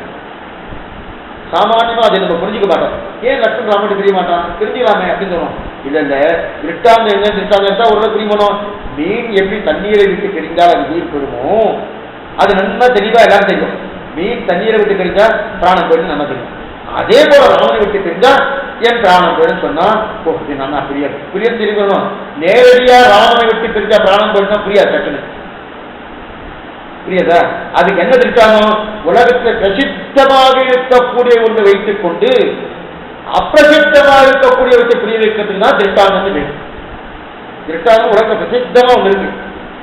பிரசித்தமா ஒன்று சொல்லிட்டு அப்பிரசித்தம் அப்பிரசித்தம் பிரசித்தம் இல்லை பிரசித்தம் இல்லாத ஒரு கொண்டு சொன்னா ஓ இது எது அது எப்படியோ அதே போல இது அப்படின்னு தெரிவிக்கிறாங்க. அதே போலதான் இங்க. அப்ப ராவணை விட்டு பிரிந்து அப்படியானா பிரிஞ்சது கிடையாது. அப்ப இந்த சரீரத்தை எடுத்துக்கொண்டிருக்கா இல்லையா. இப்ப இந்த நாம இப்ப முதலியாண்ட என்ன தெரிவிக்கிறாருன்னா முதலியாண்டானும் ஒரு ஜீவாத்மா இந்த சரீரத்தை எடுத்துக்கொண்டிருக்கு. கர்மாதீனமா பிறக்கிறார், சம்சாரம் வீழ்ந்திருக்கிறார். இங்கிருந்து அவர் வெளியே வந்தார், என் சம்சாரத்துக்கு வந்தார். அவர் என்ன சொல்றதுன்னா இந்த சம்சாரத்துக்கு சம்சாரம் அதே இந்த கர்மாதீனம் வந்த சம்சாரம் என்ன சொன்னா எத்தனை லோகம் ஸ்ரீவை கூட்ட லோகத்தை தவிர மற்ற அத்தனை பேர்கள் அத்தனை லோகத்தில் இருக்கக்கூடிய அத்தனை பேரும் சம்சாரிகள் தான். பிரம்மாவும் சம்சாரிகள் தான், எஜிகனும் சம்சாரிகள் தான், ஜியாக்களும் சம்சாரிகள் தான், நானும் சம்சாரிகள் தான். அதுல சமம். அதுல அது வேணா சொன்னா பிரம்மாவும் நானும் ஒன்று. எதுல சம்சாரி. அவருக்கு மற்ற விஷயங்களா இருக்கு, அது வேற விஷயம். அவர் சத்தியலோகத்தில் ரொம்ப பெரியவராக இருக்காரு, அவருக்கு ஆயிரத்தி அதெல்லாம் வரைக்கும். சம்சாரிங்கிற கோட்டில பிரம்மாவும் அடியனும் ஒரே பட்சமா தான் இருக்கு. அதுல மாற்று கருத்தே கிடையாது. அது இருக்கே இந்த சம்சாரத்தை ஏன் பிறக்கிறான்? கர்மாதீனமா பிறக்கிறான். நம் கர்மத்தை முன்னிட்டு கொடுத்துருக்கோம். பகவான் இச்சையா இல்லை. ஆழ்வார்கள் பிறப்பு வேறு நம்முடைய பிறப்பு வேறு நம்ம ஞாபகம் வச்சுக்கோ. இப்ப ஆழ்வார்கள் பிறந்தால கர்மாதீனமா பிறந்தாரா இல்ல சுவாமி. இப்ப கர்மாதீனமா பிறக்கலன்னா ஆழ்வார் 16 வயசுல பிரார்த்தித்தார் எனக்கு மோட்சத்தை கொடுங்க, கொடுக்கலையே. அப்ப இன்னும் 16 வயசு ஒரு கர்மா இருக்கு. அதனால 16 வருஷம் கர்மா வைத்து அந்த கர்மா முடிஞ்சதுக்கு அப்புறம் ஆழ்வார் அழைத்துக் கொண்டு போனான் அப்படின்னு சொல்லாமன்னா சொல்ல முடியாது. ஆழ்வாருடைய பிறப்பு நல்லா ஞாபகம். ஆழ்வாருடைய பிறப்பு பகவானுடைய இச்சாதீனமான பிறப்பு, ஆழ்வாருடைய கர்மாதீனமான பிறப்பு அல்ல. நம் பிறப்பு பகவான் இச்சாதீனமான பிறப்பு இல்ல, நம்முடைய கர்மாதீனமான பிறப்பு. அப்ப கர்மாதீனம் அப்படின்ற சந்தர்ப்பம் வீட்டிருக்கான் இல்லையா, இங்கிருந்து நம்ம வெளியே வந்தோம். இந்த கர்மாதீன பிறப்பு வெளில வந்த பண்ணோம். ஏன் சம்சாரத்துக்கு வந்தான்? இது முதல் கேள்வி. ஏன் சம்சாரத்துக்கு வந்தான்? இனிமேல் ஜாகிரதை. ஏன் சம்சாரத்துக்கு? சம்சாரத்துல யாரோடு வாழ்கிறார்? இது ரெண்டாவது கேள்வி. ஏன் ஏன் பிறந்தேன் நான், ஏன் பிறந்தேன் எல்லாம் பேசுறா இல்லையா நாடகத்துல எல்லாம். இது மாதிரி ஏன் வந்து பிறந்தான் தெரியாது. கர்மாதீபா தான் பிறந்திருக்கான். என்னன்னா பிறக்கப்படுது கர்மம் முன்னதான் பிறந்திருக்கான். கர்மா இல்லைன்னா பிறக்கப்படுறது இல்லை. அப்ப கர்மாவோட பிறந்திருக்கான். சரி கர்மாவோட பிறந்துக்கான் தெரிஞ்சானே யாரோட வாழறான்? நான் பிரதான மந்திரி வாழலாமோ? பிரதான மந்திரி கர்மாதீனம் தானே. அவன் ஆழ்வார் இச்சாதீனம்லாம் கிடையாது, அதுவும் கர்மாதீனம் தான். ஏதோ ஒரு கர்மா அந்த கர்மாவோட அங்க வந்து பிறந்திருக்கான். அப்ப யாரோடு வாழறார்? யாரோடு தொடர்பு கூடாது. வாழ்ந்துட்டு இருக்கணும், யாரோட தொடர்பு கூடாது. சரி, இவர் இங்க இருக்கும்போது என்ன தப்பு பண்றாரு? இங்க இருக்கும்போது என்ன தப்பு பண்றாரு? அங்க இருக்கும்போது என்ன சரியா பண்றாரு? சரி, இங்க இருக்கும்போது என்ன பண்ணணும்? அதெல்லாம் தெரியாமலே எவ்வளவு கஷ்டப்படுறாரு. நான் நினைச்சுக்கோம் ரொம்ப சௌக்கியமா இருக்கு நினைச்சிருக்கோம். ஒன்றும் கிடையாது.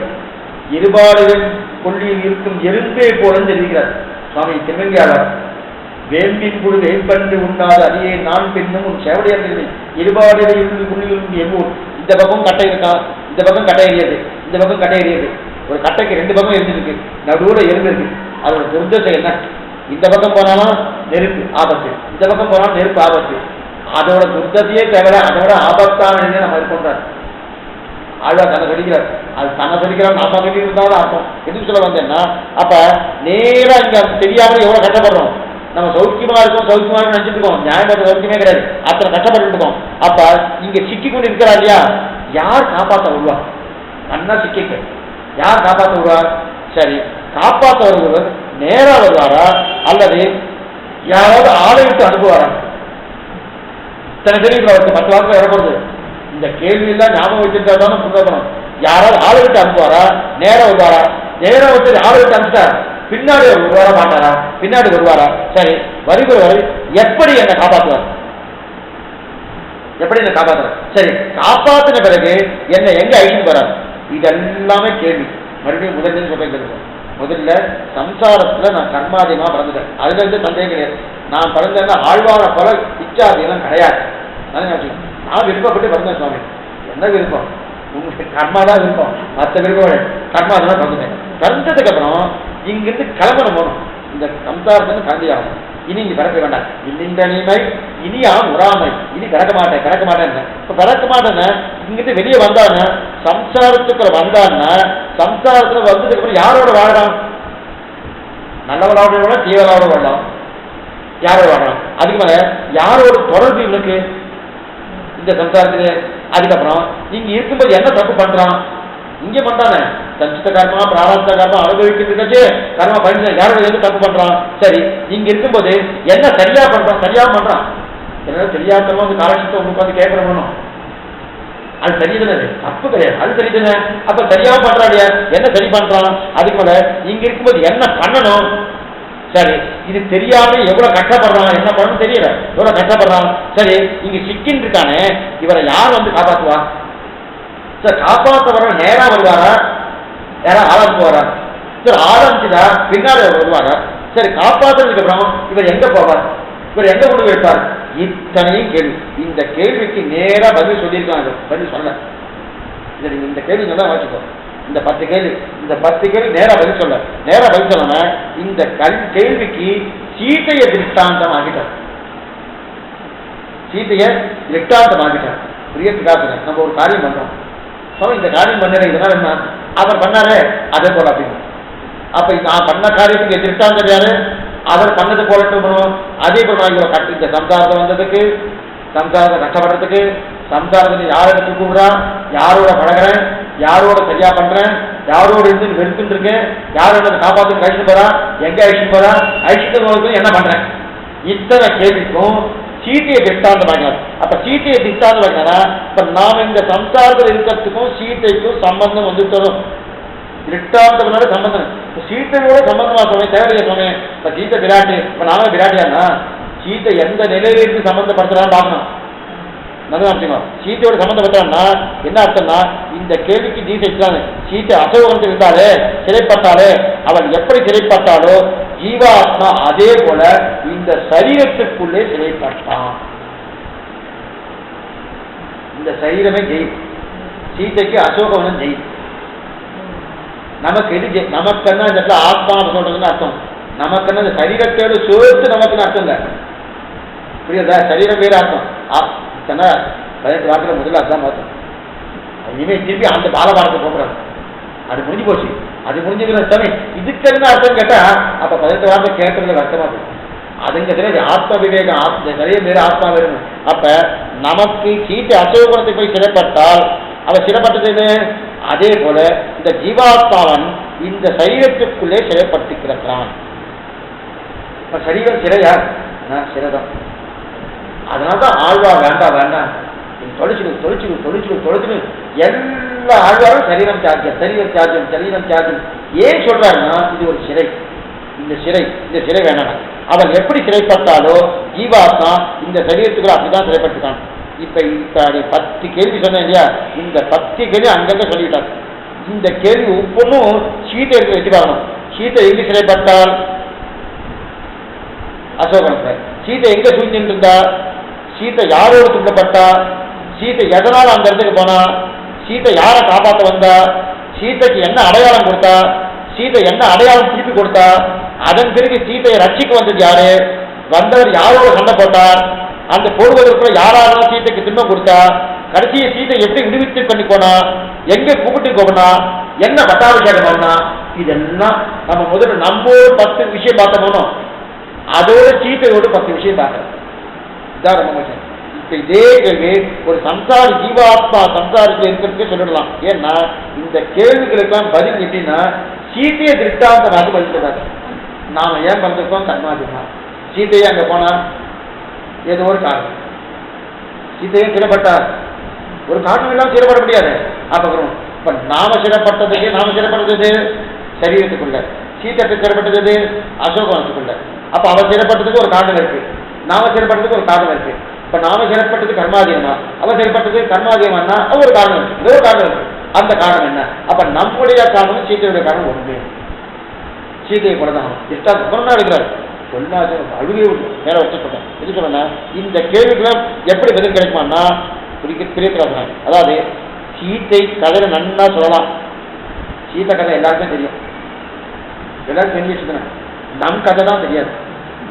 சாமி நீங்க என்ன பேசுறது, என்னை பத்தி எனக்கு தெரியாதுன்னு சொல்றீங்க, சீத்தையை பத்தி வேணா எனக்கு தெரியாது சொல்லணும். நான் ஒத்துக்கிறேன். என்னை பத்தி நன்னாவே காத்தார எழுந்தேன், இதை சாப்பிட்டேன், இதை போட்டுனேன், இந்த வஸ்திரம் சாப்பிட்டேன், இங்க போனேன், அதை பண்ணேன், இதை பண்ணேன், எத்தனையுமே சொல்ல பண்ணோம்னா அது நம்ம பத்தி தெரிஞ்சுக்கிறது இல்லை. நம்ம பத்தி தெரிஞ்சுக்கிறதுன்னா ஆத்ம லட்சணம் சரீர லட்சணம் தனித்தனியா தெரிஞ்சுக்கணும். இது நம்ம இன்னும் தெரிஞ்சுக்கல. தெரிஞ்சுக்கிட்டு வச்சுக்கேன் அப்ப இதெல்லாம் கண்டே படாதுன்னா பகவத் தத்துவத்தை வர மற்ற எதுபட்டாலும் அது தியாஜ்யம் என்கிற நிலைக்கு வந்தாதான் நம்ம பூர்த்தியா தெரிஞ்சுக்கணும் அர்த்தம். நம்ம பூர்த்தியா என்ன நமுதனை கண்ட கண்கள் மற்றொன்றினை காணாத என்ற நிலைக்கு வரணும். ஆயிடுச்சு இன்னொரு 1/2 மணி நேரம் ஆயிடுச்சுனாலே இந்த வயிறு பக்கம் கபகவான போகுது. சாப்பிடவே தோணி எத்தனை 2 மணி நேரம் காலத்துக்கு கேட்டு ரொம்ப டயர்டா போயிடுச்சு. சொந்தவாளும் டயர்டாயிட்டு கேட்டவாளும் டயர்டா இருந்துடும். கேட்ட தோணி டயர்டா போயிருந்தாங்க. அப்ப என்ன நம்மளை பத்தி புரிஞ்சுக்கிறான்னு அர்த்தம். அப்ப அத்தனை தூரம் வரதுக்கு எது காரணம்னா சீத்தையை திருஷ்டாந்தம் ஆக்கினாதான் புரியும். எது போல மீன் தண்ணீரை விட்டு பிரியாதுன்னு நன்னா தெரியாது, அது போல ராமா உன்னை விட்டு நான் பிரிய மாட்டேன். அப்ப ராமா உன்னை விட்டு நான் பிரிய மாட்டேன்னு சொல்றச்சு நமக்கு என்ன சொல்றது? இது என்ன இது நாம பிரிஞ்சுட்டு தானே இருக்கும், இது என்ன பிரிய மாட்டேன்னு சொல்றானே அப்படின்னு சொல்றான் லட்சுமணன்.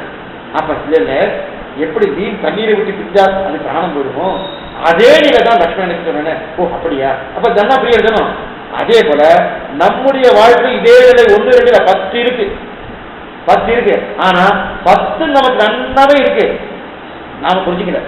அந்த திருட்டான சொன்னதுக்கு தான் ஆமா சரியா தான் இருக்கு, அப்பதான் புரியும். அது வரைக்கும் நமக்கு புரியப்படுது. இந்த சூஷ்மமான அர்த்தத்தை தான் முதலியாரு. ஏன்னா இதுக்கு முன்னாடி எவ்வாறு விஷயத்தை பார்த்தோம், அது உபதேசம். இதை பண்ணு அப்படின்னு சொல்லிட்டு இதெல்லாம் பண்ணா உனக்குன்னா ஆத்ம லட்சணம் ஏற்படும். 18 வார்த்தைகள் பிடிச்சது தீர்மானம் என்ன ஆயிடுச்சுன்னா 18 வார்த்தைகள் என்ன புரிஞ்சதுக்கு என்ன இருந்துச்சுன்னா ஆத்மாவுடைய லட்சணம் பூர்த்தியா தெரிஞ்சதுக்கு பிறகு அவன் தான் உபாயம், மற்ற உபாயம் கிடையாது, அவன் தான் உபயம், அவன் தான் புருஷார்த்தம் அப்படின்னு தெரிஞ்சு அவன் திரும்பி அறிவிக்கணும். அது ஒண்ணு. 2வது வார்த்தை அதுதான் ஆச்சாரிய கட்டாட்சமே உத்தேசம் அப்படின்னு புரிகிறார். ஆனா இது அப்படி இல்லை. முதல்ல நம்ம மட்டும் தெரிஞ்சுக்கணும் நாம் யாருன்னு. அந்த நாம் யாருன்னு தெரிஞ்சுக்கிறது தான் ரொம்ப. அதனால்தான் திருமந்திரத்தை தான் முதல்ல சொல்றேன். துவயத்தை சொல்றதுல சர்மம் சொல்றீங்கன்னா அதுவும் திருமந்திரத்துல பிரணவம் தான் பிரதானம், மற்ற 2 கூட கல்யாணம் பண்ணிடலாம். பிரணவம் தான் நம்முடைய நாம் யாருன்னு சொல்றது எதுனா பிரணவம் தான். அதனால்தான் திருலோகாச்சாரியர் திருமந்திரம் தனியாக ஒரு கிரந்தம் பண்ணார், துவயத்திலும் தனியாக ஒரு கிரந்தம் பண்ணார், சர்மஸ்லோகத்தையும் தனியாக ஒரு கிரந்தம் பண்ணார். ஆனா என்ன பேர் தெரியுமா கொடுத்துருக்கார்? தனித்வயம். துவயம் இல்லையா, தனித்வயம்னு பேர் கொடுத்தாரு. சர்மஸ்லோகத்தை என்ன சொல்ற தனிச்சரமம் அப்படின்னு பேர் கொடுத்தாரு. திருமந்திரம் தனியா ஒரு கிரந்தம் அமைச்சிருக்காரு, அதுக்கு என்ன பேர் கொடுக்கணும்? தனி திருமந்திரம் அப்படின்னு கொடுக்கணும்னு கொடுக்கல, தனி பிரணவம்னு கொடுத்திருக்காரு. ஏன் சொன்னேன்? அதுக்கு தனி கயம் சொன்னேன், அது தனி சரமம் சொன்னேன், அது தனி திருமந்திரம் சொல்ல வேண்டியதுன்னா இந்த பிரணவம் தான் பிரதானம். பிரணவம் தான் நான் யாருன்னு சொல்றது. தெரிஞ்சுக்க பார்த்தோம்.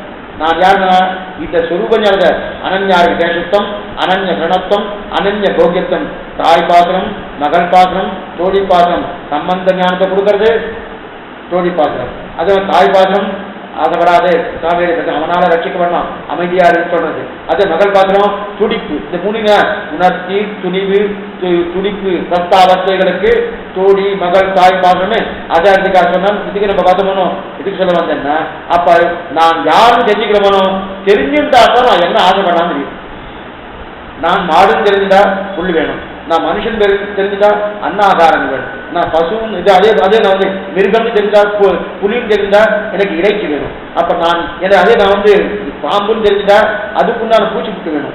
அப்ப நான் யாரும் தெரிஞ்சுக்கிறவனோ அந்த நிலையை தெரிவிக்கிறதா திருட்டாந்தம் காட்டுறேன். என்ன திருட்டாந்தம்? சீதையை திருட்டாந்தமாக இது ஏன்னா இந்த மாதிரி திருட்டாந்தத்தை சொல்லிட்டா ரொம்ப சுலபமாக புரிஞ்சுக்கலாம். நம்ம சட்டுன்னு புரியாது. ஏதா இவரை போல அப்படின்னு சொன்னாங்கன்னா சட்டுன்னு முடிக்கணும். அந்த திருட்டாந்தம் காட்டுவே வேணும் புரியாது. இது ரொம்ப சுலபம். ஏன்னா சீதை கதை எல்லாருக்கும் தெரியும். ஆனா நான் சம்சாரத்தில் இருக்கிறோம் என்பது சட்டுன்னு புரியவே புரியாது. சீதை அசோகத்தில் சமப்பற்றா போலதான் நான் சமப்பட்டு இருக்கலாம். இல்லையே சுவாமி, காத்தாலேருந்து டிஃபன் சாப்பிட்டேன், ரொம்ப சௌக்கியம், அவரோட பேசினேன், இவரோட பேசினேன், சந்தோஷமா இருக்கேன். சீத்தை அந்த மாதிரி சந்தோஷமா இருந்தாலா? 700 ராட்சியம் துன்பப்படுத்தினா இல்லையா? நாமெல்லாம் துன்பப்படவே இல்லைன்னா அவளை தேவலை. 10 மாசம் தான் நீ 80 வருஷமா அந்த சிறைக்குள்ள இருக்க. ஏன்னா இப்ப நம்ம ஒத்துக்கிற அப்ப அந்த திருட்டாந்தத்தோட கொண்டு வந்து சேர்த்தாதான் ஆமா சரியாதான் இருக்கு, இதெல்லாம் இதுக்கு முன்னாடி தெரியவே இல்லையே இருக்கும். அதனால்தான் இந்த திருட்டாந்தம் எடுக்கிறார். ஆக அப்ப சட்டுன்னு புரியாது. ஆனா சம்சாரத்தில் இருக்கிறோம்னா இத்தனைக்கும் நம்முடைய இதை நல்லா தெரிஞ்சிருக்கணும். ஆனா சீத கதை நல்லா தெரியுமே தவிர நம் கதை நமக்கு தெரியறதுக்கு வாய்ப்பே இல்லை. ஆகவேதான் இந்த கதையை திருட்டாந்தமாக சொல்லுவோம் அப்படின்னு சொல்றாரு. ஒன்றும் இல்லை, ஒன்றும் வேண்டாம். இந்த சந்தியாவனம் பண்றச்சு குழந்தைகளுக்கு என்ன பண்ணுவான்னா சூரியனை பார்த்து நமஸ்காரம் பண்ண. சந்தியாவனமே காணாமல் போனாமல் கண்டு பண்ணுறது தான் சந்தியாவனம். காணாமல்னா காத்தால சூரியன் வரத்துக்கு முன்னாடி பண்ணணும், சாயங்காலம் சூரியன் அஸ்தமான அகத்துக்கு முன்னாடி பண்ணணும், மத்தியானம் கண்டு நன்னா உச்சியில் எடுத்துட்டே பண்ணணும். திரிகால சந்தியாவனம் பேர். அந்த திரிகால சந்தியாவனம் பண்ணுறச்சு அப்போ இந்த ஆதித்ய பிரம்மா அதுக்கு தான் திருஷ்டி விதின்னு பேர். திருஷ்டி விதினா என்ன அர்த்தம்னா, இது உபநிஷத்து காரணம் ரொம்ப நல்லா சொல்லுவார். நம்ம கண்ணால் சட்டுன்னு ஒன்று பார்க்க முடியாது, ஆனால் வேறு ஒன்றை பார்க்கலாம். வேறு ஒன்றை பார்த்து அதன் மூலமா அதை பார்க்கறதா திருஷ்டி விதின்னு சாஸ்திரம் ரொம்ப நல்லா சொல்லும். உயர்த்திராத்துல கல்யாணம் வச்சு அம்மி விதித்து அருந்தது பார்க்கணும் வச்சுட்டு போனியா சொல்லலாம் இருக்காதுன்னு தெரியல. அந்த காலத்துல எல்லாம் உண்டு. அந்த காலத்துல பழுது வாத்தியார் சுவாமி என்ன பண்ணுவார்னா 6 வயசு குழந்தைக்கு 10 வயசு குழந்தை கல்யாணம் பண்ணிடுவா. இதுக்கு ஒன்றும் தெரியாது. இந்த குழந்தைக்கு ஒன்றும் விளையாடிட்டே இருக்கும். 2 குழந்தை கையும் பிடிச்சிப்பா, கையை பிடிச்சிட்டு ஆகிட்டு போவார். அழைச்சி போயிட்டு அருந்ததி என்பது ரொம்ப சூட்சமான நட்சத்திரம். அது கண்ணுக்கு தெரியவே தெரியாது. அந்த கண்ணுக்கு தெரியாதபடியால இங்கே அது முகூர்த்தம் காத்தான முகூர்த்தம் வந்து கொஞ்சம் பரவாயில்ல. அதுவும் பகல் முகூர்த்தம் 9 10 12 முகூர்த்தம் வச்சுருந்தால அந்த அருந்ததி நட்சத்திரம் தெரியுமான்னா தெரியவே தெரியாது. அந்த நட்சத்திரம் தெரிஞ்சாதான் இவருக்கு வாழ்க்கை சுபீட்சமாக இருக்குன்னு சாஸ்திரத்தை படிச்சிருக்கு. அது அந்த வாத்தியாருக்கும் அழைச்சிட்டு போவார். 2 குழந்தை நிற்க வைப்பார். அங்கே பாரு அப்படின்னா இந்த குழந்தைக்கு வந்து தெரியும் ஒன்றுமே தெரியாது. முதல்ல பெரிய நட்சத்திரத்தை காட்டார் காமிச்சு இந்த நட்சத்திரம் தெரியுதான்னு அந்த குழந்தை பார்ப்போம். தெரியாது, அதுதான் அருந்ததியாக கேட்கும். இல்ல அது பக்கத்துல ஒண்ணு இருக்கு பாருங்க, அதை விட கொஞ்சம் சின்ன நட்சத்திரமா இருக்கும், அதை பாருங்க. இந்த குழந்தைகளை பார்ப்போம், அதுதான் அருந்ததியாக இருக்கும். இல்ல அது பக்கத்துல ஒண்ணு இருக்கா பாருங்க, அது பக்கத்துல ஒண்ணு இருக்கா இருக்கவே தெரியாது இருக்கணும், அதுதான் அருந்ததி. அப்ப ஒன்றை சொல்லி இன்னொன்னு சொல்லி அதுக்கு மேல ஒண்ணு சொல்றா இல்லையா, இதுக்கு ஸ்தூலா அருந்ததி நியாயம்னு வேணும். ஒன்றை சொல்லி இன்னொன்னு சொல்றா இல்லையா. இப்ப இதுக்குதான் திருஷ்டி விதின்னு பேரு. நம் கண்ணால நேராக பார்க்க முடியாது. பிரம்மத்தை கண்ணால பார்க்க முடியுமா? பார்க்க முடியாது. பார்க்க முடியாதாலே நாம ஒன்ன சொல்லி இன்னொன்னு சொல்லி சொல்றோம். அந்த திருஷ்டி விதியை தான் அந்த சந்தியாவன காலத்துல ஆசோ ஆதித்ய பிரம்மா. அப்பன்னா பிரம்மம் எங்க இருக்குன்னா சூரியனுக்கு நடுவே மத்தியிலே பாருங்க. பார்க்க முடியுமாண்ணா பிரம்மம் பார்க்க முடியாது. ஆனா சாஸ்திரம் நமக்கு புரிய வைக்கிறது என்ன புரிய வைக்கிறதுன்னா, அது என்ன பண்ணுன்னா நாம் கண்ணாலே பார்க்க ஒரு வஸ்துவை காட்டுவிட்டு இதை போலத்தான் பிரம்மம், அதை போலதான் பிரம்மம். இப்ப பிரம்மன்னு நினைச்சுட்டா எதை சொல்றேன்னு கேட்கும், குழந்தை கேட்கும். எதை சொன்னா இந்த சூரியன் இருக்காரு, சூரியனை போலத்தான் பிரம்மம் அப்படின்னு நினைச்சுக்கணும். சூரியன் என்ன பண்றாரு, சூரிய மண்டலத்துக்குள்ள பகவான் இருக்கார், அவரை தியானம் பண்ணு. இதுதான் திருஷ்டி விதி. அதுக்குள்ள பகவான் இருக்கார். சூரிய மந்திர மத்தியவர்த்தி நாராயணா அப்படின்னு ஸ்லோகமே இருக்கு. அது திருஷ்டி விதின்னு பேரு. திருஷ்டின்னா கண். அந்த கண் சூரியனை படுறது இல்லையா. இப்ப கண் பிரம்மத்தை பார்க்காது, ஆனா பார்க்கிற சூரியனுக்கு பிரம்மத்தை ஏற்றி வைக்கிறார் இல்லையா. சூரியன் தான் பார்க்கணும். சூரியனுக்குள்ள பிரம்மம் இருக்கு அப்படின்னு கண் பார்க்கறதுனா பார்க்கல, ஆனா இருக்கு, நம் கண்ணுக்கு தெரியல. ஆனா அந்த பிரம்மத்தை ஏற்றா இல்லையா.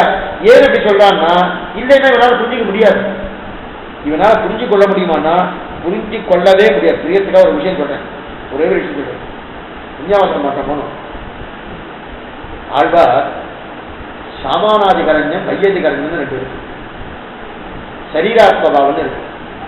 ஆழ்வார் கஷ்டப்படுத்த மாட்டேன், ஒன்றும் கஷ்டப்படுத்த மாட்டேன். சாமானாதிகரண்யம் என்னன்னா ஒரு வஸ்து, அந்த வஸ்துக்கு சில விசேஷங்கள் இருக்கு, விசேஷனம் இருக்கு, விசேஷங்கள் இருக்கு. அந்த விசேஷணங்கள் விசேஷத்தை சொன்னால் அதுக்கு சாமானாதிகரண்யம் பேரு.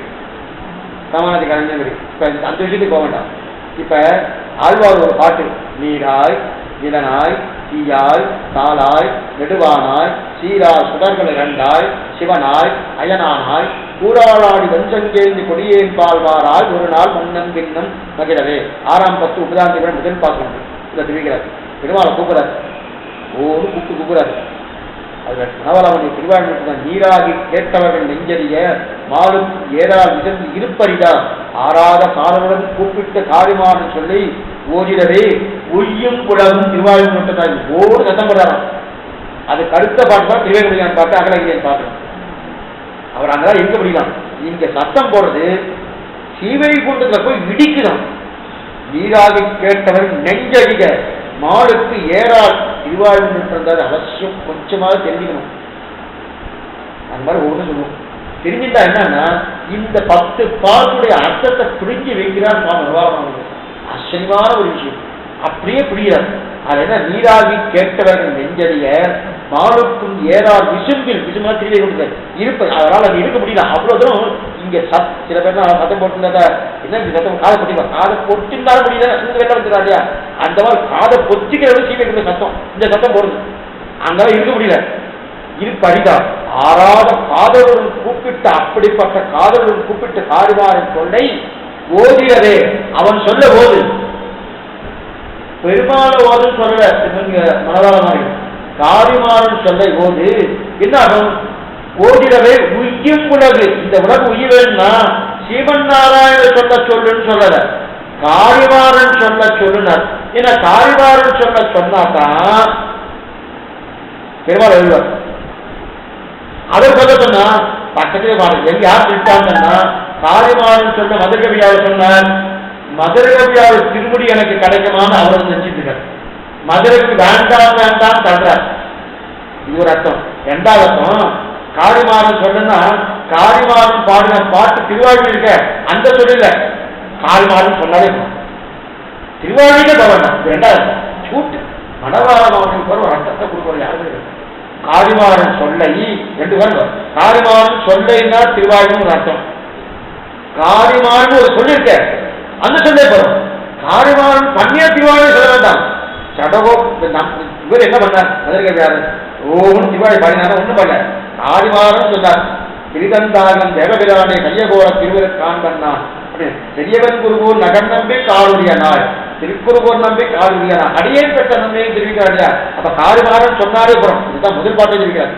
உயர்வே பரன்படிய உண்டதெல்லாம் தான் கண்டு உயர்வேத நேர்குண்டுரைத்து மயர்வு ஏதும் பாராமல் மானிடரை வாழ்விக்கும் மாறன் சொல் வேறாகவே மாறன் சொல்லே போறோம்.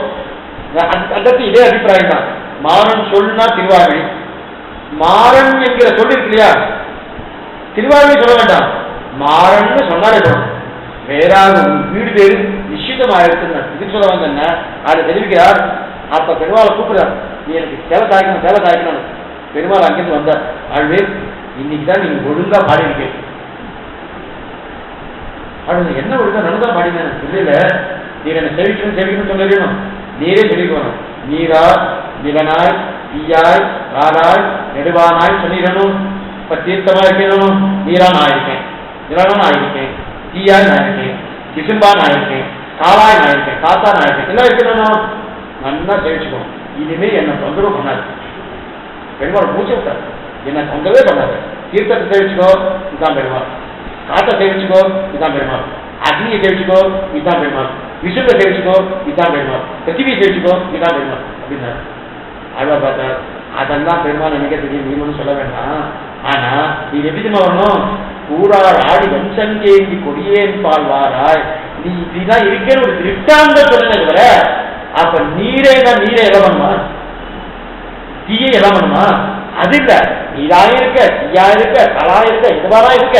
ஆனா இதெல்லாம் திருட்டாண்டுமே தவிர இது வந்தா போகாது. ஆனால் எப்படி வரணும்?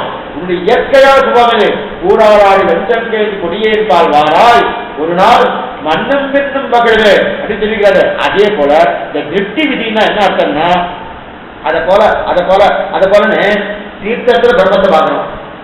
இந்த புண்ணியவாசம் பண்ணோம்னா புண்ணியவாசம் பண்ணது நேர பிரம்ம எழுதுற தீர்த்தத்தை புரோஷனம் பண்றோம். அப்ப தீர்த்த சுருவி யாரு? தீர்த்தனு கற்றபின் மற்றோர் சனமில்லை என்றெண்ணி தீர்த்தனுக்கு தீர்த்த மனத்தனாகி தெருங்குருபூஷன் தீர்த்தன் நிறைய தீர்த்தம் வரும். தீர்த்தன் உலகளந்த தேவடி மேல் பூண்டாவும் சேர்த்தி அவையே சிவன் முடி மேல் தானும் கண்டுன்னு பார்க்கிறோம். தீர்த்த வாரின்னு சொல்றோம் இல்லையா? தீர்த்த வாரினாலும் தீர்த்தம் தான், தீர்த்தனாலும் தீர்த்தம் தான், வாரினாலும் தீர்த்தம் தான், தீர்த்தனாலும் தீர்த்தம் தான். அப்படின்னா தீர்த்தன் பகவானுக்கு பேரு. அந்த தீர்த்தமே தீர்த்தத்தை கொடுக்குறான், அதான் தீர்த்த வாங்கி பேரு. என்ன தீர்த்தம்? மற்ற தீர்த்தம் சுத்தப்படுத்தணுமோ அதான் தீர்த்த வாங்கி எதுக்கு சொல்ல வந்தீங்கன்னா, அப்ப அத்தனை தூரம் அந்த நிலையில் இருக்கச்சே பிரம்மத்தை சொல்லணும்னா ஏதாவது திருட்டாந்த காரணமோ அந்த திருட்டாந்தம் நம்ம புரிஞ்சு கொள்ள முடியாது. பார்க்க முடியாத ஒரு விஷயத்தை புரிஞ்சு கொள்ளணும்னா கஷ்டப்படுமா. ஆனால் தெரிந்தவங்க தெரிஞ்சு சொன்னால் புரிஞ்சு கொள்ளலாம் இல்லையா? நாம் கேட்டோம். சரி சுவாமி, நீங்க என்ன சொன்னேன்? சூரியனுக்கும் பிரம்மத்துக்கும் சாமியம். சூரியனை போலதான் பிரம்மம்னு சொன்னது இல்லையா? அப்ப ஒண்ணு சொல்லாமே இருக்கான்னா சூரியன் பிரம்மம் இருக்குன்னு சொல்லிடு. அப்ப அவர் லோகத்துக்கு என்ன கொடுக்குறார்? ஒளி கொடுக்குறார். அதே போல பிரம்மமும் லோகத்துக்கு ஒளி கொடுக்கறது. அவர் தேஜஸோடு இருக்கார், பிரம்மமும் பரஞ்சோதியா இருக்கு அப்படின்னு சொன்னோம். சொன்ன உடனே என்ன பண்ணுவோம்னா, அப்படியானா சூரியனாலே எனக்கு வேலை வந்த சுவாமி, சித்திர மாதம் வந்தா உபன்யாசம் 4 மணிக்கு தான் சுவாமி, மத்தியானம் வேண்டாம், ரொம்ப கஷ்டப்பட்டது, மத்தியானம் வந்து முடியாது, வேற பட்டு வரணும். ஆனா சூரியனை கஷ்டப்படுத்துறாரு, அதே போல பிரம்மம் கஷ்டப்படுத்துமா? என்ன சொன்னோம்? சூரியனை உதாரணம் ஆக்கணும் இல்லையா? சூரியன் உதாரணம் ஆக்கணும் உடனே என்ன கஷ்டம் வருதுன்னா, அந்த உதாரணத்துக்கு உண்டான தன்மை தான் பிரம்மத்தை என்ன பாடுறோம் சுவாமி. இவரை போல இவர் நம்ம நன்னா சொல்லியிருக்காரு அப்படின்னு. அப்ப இவருக்கு இருக்கிற வேஜம் அவர் வந்துருக்கு அர்த்தம் பண்ண. அது ஒரு கெட்டாண்டம் தான் தவிர, அப்ப சூரியனை போல இவர் கஷ்டப்படுத்துவார, எனக்கு வேற வந்துட்டு இருக்கு, வேற வந்துருமா அப்படின்னா 3 நாள் நல்லா மழை வந்துட்டு இன்னைக்கு பார்த்தா கஷ்டப்படுறது. அப்ப லோகத்துக்கு வேற, இப்ப என் உடம்புக்கு வேற. லோகத்துக்கு வேறது மழை, என் உடம்புக்கு வேறது இது. இப்போ கஷ்டப்படுத்தினா இத்தனை கஷ்டப்படுத்தினா இப்ப பிரம்மமும் அப்படித்தானா? அப்படி இல்லை. சூரியன் ஒளிபடிப்பார், சக்தியை இருப்பார் என்பதுக்காக சொன்னதை தவிர அதுக்கு ஒரு கஷ்டப்படுத்த மாட்டார்னு அர்த்தம் இல்லை. அப்ப ஒண்ணு செய், பிரம்மம் சந்திரன் இருக்காரு, அதை போல குழு குழு இருக்குன்னு வச்சுக்கோங்க. திருட்டாங்க சொன்ன திருட்டு விதின்னு பேரு. இது புரிஞ்சுட்டாதான் மேற்கொண்டு முதலியான 10 வார்த்தையே புரியும். திருட்டு விதினா ஒரு திருட்டாங்க சொன்னோம்னா அந்த திருட்டாங்கத்தை இருக்கிறத எல்லாம் அப்படியே எடுக்க முடியாது. சூரியனை சொன்னோம்னா ஒரு கட்டம் வந்துட்டு, சூரியனுக்கு வெப்பத்தை கொடுத்து வேறு உரைப்பாரு, கஷ்டத்தை கொடுக்குறாரு. அந்த மாதிரி பிரம்மத்தை கஷ்டத்தை கொடுக்குமான்னு கேட்டான். இல்ல இந்த கஷ்டத்தை கொடுக்க மாட்டாரு, அவர் ஒளி கொடுப்பாரு. அதே நேரத்தில் குளிர்ச்சியை சந்திரன் கொடுப்பாரு, சந்திரனை போல வச்சுக்கோன்னு. அதனால தான் ஆண்டாள் முதல் பாட்டிலேயே மதி நிறைந்த நன்மாரா நீராட போதே பொதுவின் ஒளியே சீர்மல்கு ஆய்ப்பாடு செல்வத்தில் மேற்கால குருவை கொண்டு ஏறாந்த கண்ணி கார்மேலை சங்கன் கதிர் மதியம் போல் முதத்தான். சூரியனை போலையும் சந்திரனை போலையும் கண்கள் இருக்கு. இப்ப குளிர்ச்சியே இருக்கு, வெப்பமும் இருக்கு. வெப்பம் என்று தெரியுது அவனுக்கு இருக்கக்கூடிய கோபம், குளிர்ச்சி என்று கிருபை கருணை. அப்ப கருணையும் இருக்கு, அதே போல கோபமும் இருக்கு. சீற்றத்தோடு அருள்பட்ட சீற்றமும் இருக்கு, அருள் இருக்கு. அப்ப சீற்றம் எங்க? சூரியன் இருக்கு. அருள் எங்க? சந்திரன் இருக்கு. அதான் இருக்காரு. அப்ப சந்திரனை போல அவ்வளவு குழுக்குழு இருப்பாரு. அப்ப சந்திரனை போல குழுக்குழு இருப்பாருன்னா இப்ப பிரம்மம் வரும்போதுதான் ராத்திரி ஆகுமான்னு கேட்டான். 8ஆம் எத்தனை கட்டம் இருக்கு பாருங்க. சூரியனை சொன்னா வேக வருமானு கேட்டான். சரி, சூரியனை போல சக்தி இருக்கு, ஒளி இருக்குன்னு சொன்னோம். அப்ப சந்திரன் போல குழுக்குழுன்னு பாருன்னா இப்ப சந்திரன் அப்ப பிரம்மம் வரும்போது ராத்திரி ஆகிட்டா பிரம்மம் சந்திரன் ராத்திரி தானே வருவார், பகல் வர மாட்டார். பகல்ல இருக்கா சந்திரனுக்கு தெரியாது, ஆனா ராத்திரி தானே வருவார். அப்ப பிரம்மம் வரும்போதுதான் ராத்திரி ஆகிடுவாங்க. இல்ல அந்த மாதிரி ராத்திரியெல்லாம் ஆகாது, அந்த மாதிரி ராத்திரிக்கு போனா ஆகாது. அது அர்த்தம் இல்ல. சந்திரனை போல ரொம்ப தூரத்தில் இருப்பாரா? சந்திரன் தூரத்தில் தான் இருக்கான். சூரியன் சம்பிரதாயம் பிரகாரம் சாஸ்திர பிரகாரம் சந்திரன் தூரம், சூரியன் தான் கிட்டக. நாம என்ன நினைச்சிருக்கோம், சந்திர மண்டலத்துக்கு கிட்டக இருக்கு, சூரியன் தூரத்துக்கு இருக்கணும். சம்பிரதாயம் சாஸ்திரோக்தமாக அவரால் சந்திரனுக்கு போனா இல்லையா? சந்திரனுக்கு போனாலே அது வேற விஷயம்.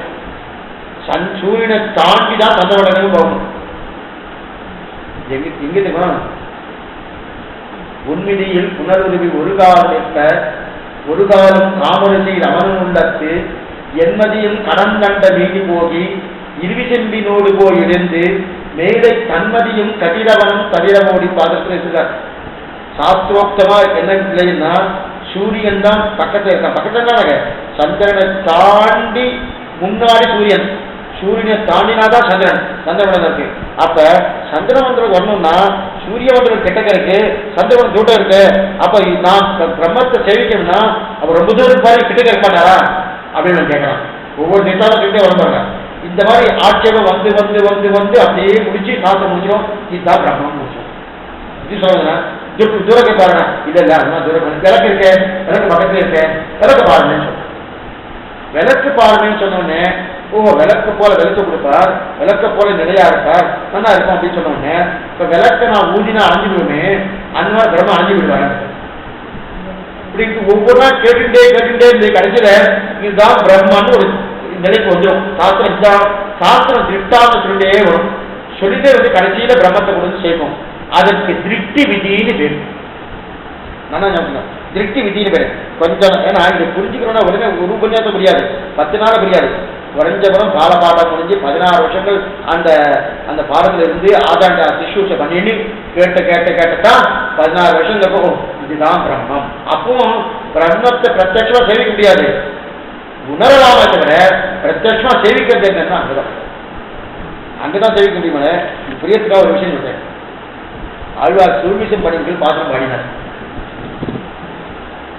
10 உதாரணம் சீவைகுண்டத்துடைய நிலை பூர்ணமா விவரிக்கிறார் இல்லையா? இவர் சீவைகுண்ட போய் செவிக்கு வந்து விவரிக்கிறாரா இல்ல இங்கிருந்தே விவரிக்கிறாரா? பெரிய கேள்வி, நம்பிலே கேள்வி. இங்கிருந்தே விவரிக்கிறார்னா சீவைகுண்டம் இங்கிருந்து தெரியுமா? தெரியாது. இப்ப சீவைகுண்டத்தை போய் பார்த்து வந்தார். பார்த்து வந்து நம்மளாம் ஒரு இடத்துக்கு போற பண்ணு நல்லா வெயில் காலம் வச்சுக்கேன், குழு குழு ஒரு ஊர் இருக்கு, அந்த ஊருக்கு போக சொன்னே நல்லா இருக்கும், கோடை வாசஸ்தலம் இப்படி சொல்றா இல்லையா? அப்படின்னு நான் மண்ணா இருக்கு பார்த்துட்டு வந்தா சொல்றா இல்லையா? அதே போல சீவைகுண்டத்தை பார்த்து வந்தா சொல்றேன் நல்லா இருக்கு, நல்லா இருக்கு, அடுத்த தடவை நம்ம போயிடலாம் அப்படின்னு பார்த்து வந்தவா திருப்பி வந்தவாருன்னா இல்லை. நச்சகுணராவத்தை திரும்பி வந்திருந்ததே கிடையாது. அப்ப ஆழ்வார் போயிட்டு வந்து பார்த்து வந்து இங்க வந்திருக்காரான்னா சொல்ல முடியாது. போனவர் திரும்ப போறது இல்லையே, அதனால போறதுக்கு வாய்ப்பே கிடையாது. ஆனா இங்க இருந்தே சொல்ல முடியுமா? நான் இங்க இருந்த சீவைகுண்டம் தெரியாது. அப்ப அவருக்கு எப்படி தெரியுதுன்னா இங்கிருந்து அவருக்கு சீவைகுண்டத்திலே காமிக்கிறான் இல்லையா? அப்ப காமிக்கிறாருன்னா அவர் எல்லாம் பாவமா தான் பார்க்கிறாரு. பாவம் ஏன் எல்லா திவிதேசமும் அவர் இங்கிருந்தா மாட்டார். நம்மாழ்வார் பதச்சரணம் இருந்து காலை எடுத்து ஒரு அடியா எடுத்து வச்சாருன்னா இல்லை, அவர் கூட்டிய கைங்கரியம் வாசா கைங்கரியம் மானச கைங்கரியம் தான் பண்ணார் தவிர காய்க கைங்கரியம் நம்மாழ்வார் பண்ணதா சரித்திரமே கிடையாது. ஏன்னா கலந்தவே இல்லையா? எல்லா பெருமானும் இங்க தான். இவர் எங்க போனாரு? திருவரங்கனா இங்க வந்து வாங்கி போயிட்டார், திருவேங்கடமலைனா இங்க வந்து வாங்கி போயிட்டார், திருமூர் ஆத்தனா இங்க வந்து வாங்கி போயிட்டார். ஒவ்வொரு பெருமானும் இவர் ஆழ்வார்த்தங்களுக்கு வந்து தான் வாங்கிட்டு போனாரு தவிர இவர் அங்க போனாரான்னா இல்லை. எதுக்கு சொல்ல வந்தேன்னா அப்படி இருக்கே இவர் ஒவ்வொன்றும் சொல்லிட்டு இருக்காரு அப்படின்னா அந்த பிரத்யட்சமா சேவை வாய்க்கிறா இல்லையா? இப்ப சேவை சாய்க்கே இவர் சீவைக்கு லட்சணம் பூர்ணமா சொல்றா இல்லையா? அவர் பார்த்துட்டு நம்ம சொல்றாரோ. இப்ப நம்மளால பிரத்யட்சமா சேவிக்க முடியாதா? தெரியல. அப்ப ஒரு திருட்டான ஒரு எடுத்துக்காட்டு ஒரு திருட்டு விதி சொல்றாருன்னா அந்த திருட்டு விதி அளவுக்கு அவர் போனா தான் முடியும். அந்த திருட்டு விதியை தான் அங்க சொல்லிக்கிறார். என்ன சொன்னா இது வந்து சாமானிய ஒரு வருஷத்தை வராது. 18 வருஷம் குருகுலவாதம் இருந்து அத்தியனம் பண்ணி யஜ்ஞம் பண்ணி தியானம் பண்ணி தபஸ் பண்ணி ஆராய்ச்சி பண்ணி அத்தியனம் பண்ணி சுவாத்தியாயம் பண்ணிருந்தோம்னா அப்ப சில விஷயங்கள் கொஞ்சம் ஸ்பஷ்டமா தெரியலான்னு தோணும். ஒரே காலத்துக்கு புரியுமானா புரிய முடியாதுன்னா பிரம்மத்தை சேவிக்கிறதுக்கு சாமானிய விஷயம் இல்லை. துருவன் வேணா 6 மாசம் ஜெயிச்சிருக்கான், தபஸ் பண்ணா 6 மாசம் ஜெயிச்சிருக்காங்க. அத்தனை பேர் ஜெயிக்கணும். ஏன்னா வந்தவர் அத்தனை பேர் வெளில போறாங்க. இதற்கும் சிறை இருக்கிறதுக்கும் அசோகத்துக்கு போனா என்ன பட்டா எப்படி வெளியே வந்தா இதெல்லாம் இதை தெரிவிக்கிறார். அப்புறம் என்ன ஆச்சுன்னா திருஷ்டி விதின்னு பேரு. ஒரு நிலையை இன்னொரு நிலையோடு ஒப்பிட்டு பார்ப்பது.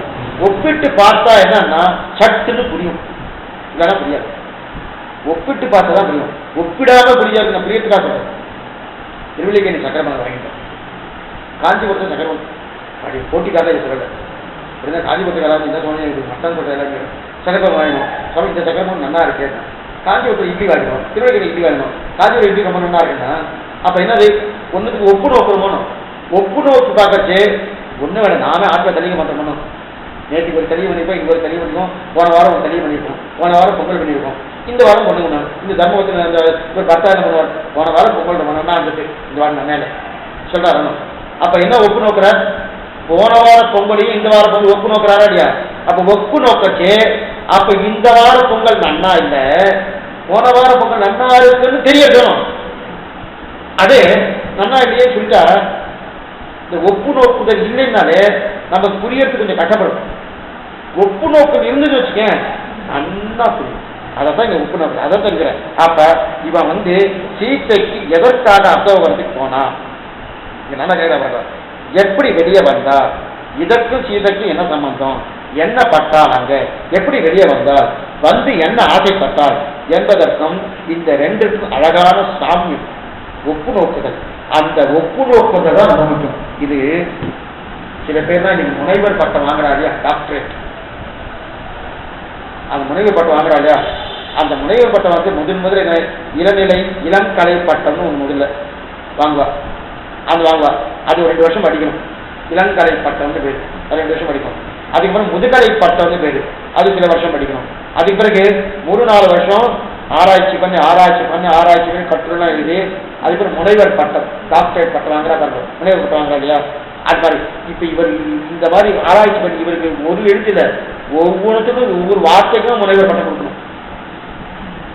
ஆனால் அந்த பட்டத்துக்கும் அழுக்கு இவருக்கு ஒன்று கிடையாது. இவெல்லாம் அதோட சேர்க்க முடியும். எப்படி சொல்ல வந்தோம்னா ஒரு பட்டம்னா அதுக்கு இருந்தாலும் அழகான அர்த்தங்கள் சொல்றா இல்லையா, அதை 10 வார்த்தைகள் சொல்றார். ஒரு வார்த்தை 2 வார்த்தை 10 வார்த்தை. அப்ப முதலியாண்டாவுடைய 10 வார்த்தை சீதைக்கும் ஒரு சம்சார ஜீவாத்மாவுக்கும் ஒப்புமை. ஒப்புமையே என்னது? திருஷ்டி விதின்னு அந்த ஒப்புமை பண்றார். அந்த ஒப்புமை சாமியம் தான் இந்த விஷயத்தை சுருக்கமா தெரிவிக்கிறார். தேசிகன் இதை தெரிவித்திருக்கார். தேசிகன் முதலியாண்டானுக்கு பிற்பட்டவர். முதலியாண்டானுக்கு பிற்பட்டவர். தேசிகனுக்கு முதலியாண்டு கிடைச்ச 200 வருஷத்துக்கு வித்தியாசம் பிற்பட்டவர். தேசிகன் இதை தெரிவிக்கிறார். அதே போல முதலியாண்டான் தெரிவிக்கிறார். ஆனால் தேசிகன் சுருக்கமா தெரிவிக்கிறார்.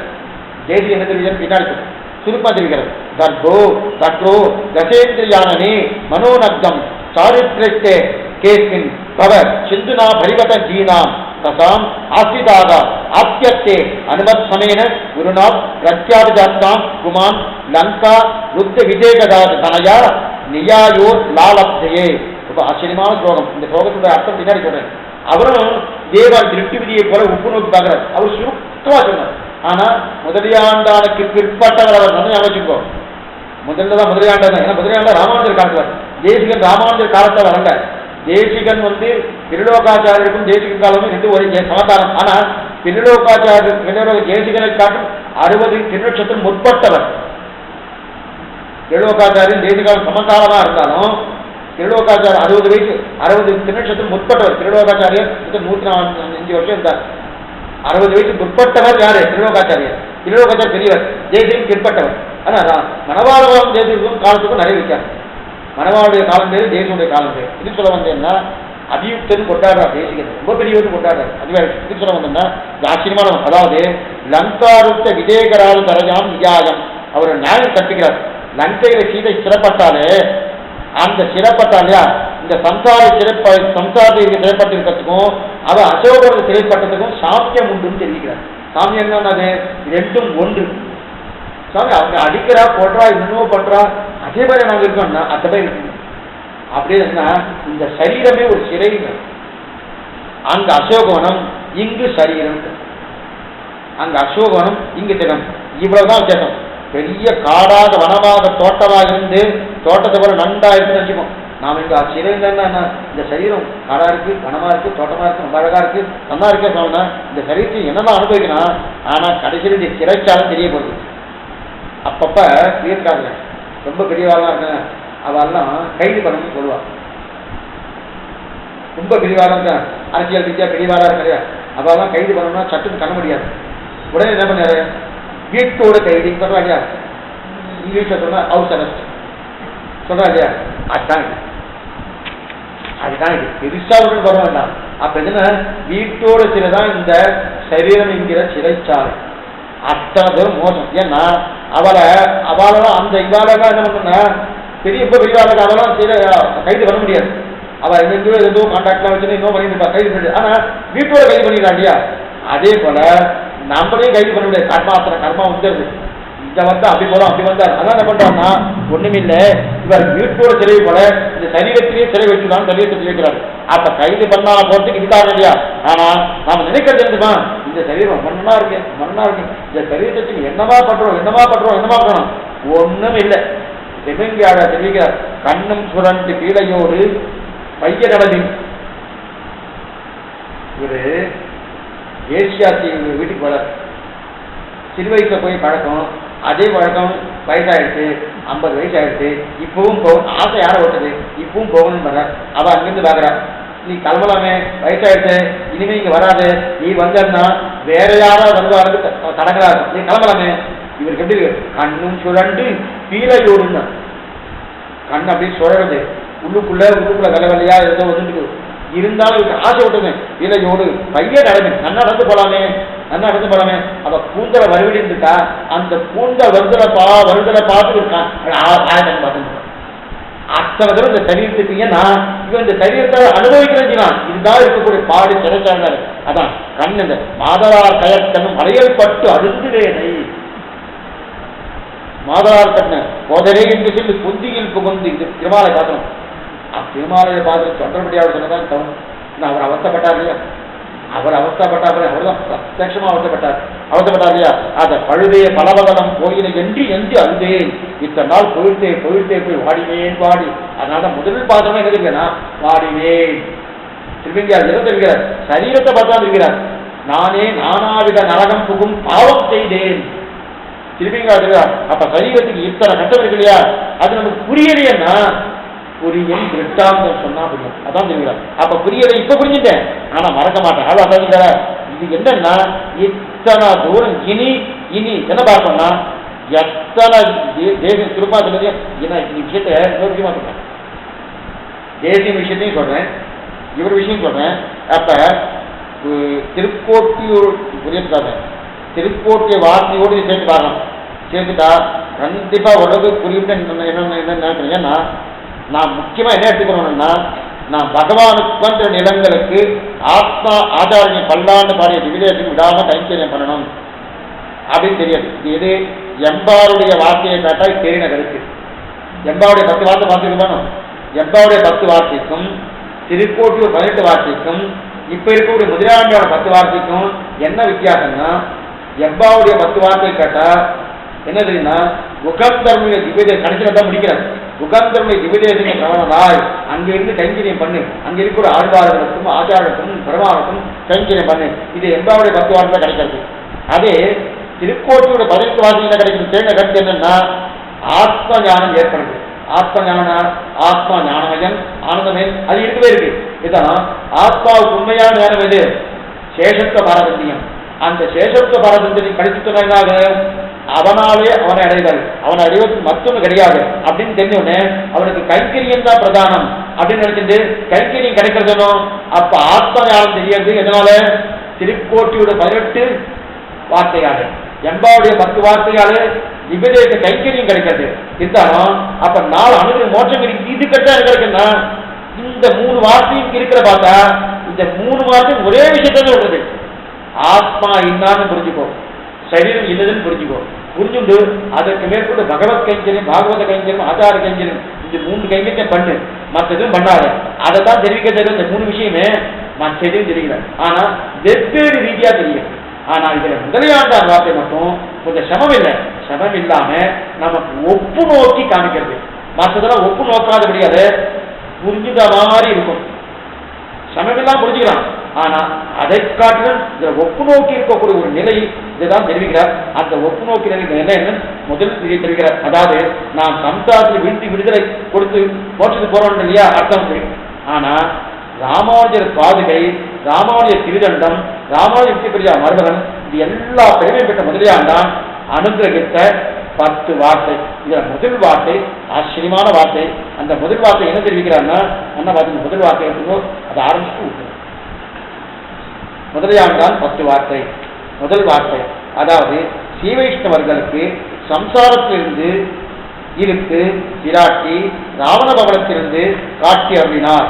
எங்கனே எண்ணில் விராட்டி இளைய பெருமாள் விஷயமாக பேசின வார்த்தையாலே பெருமாளை பிரிந்து போனார் போலே இந்த சேதனனுக்கு ததீய விஷயத்தில் பண்ணும் அபச்சாரம் ஈஸ்வரன் திருவடிகளே நினைவை நடிப்புமாய் பண்ணும்.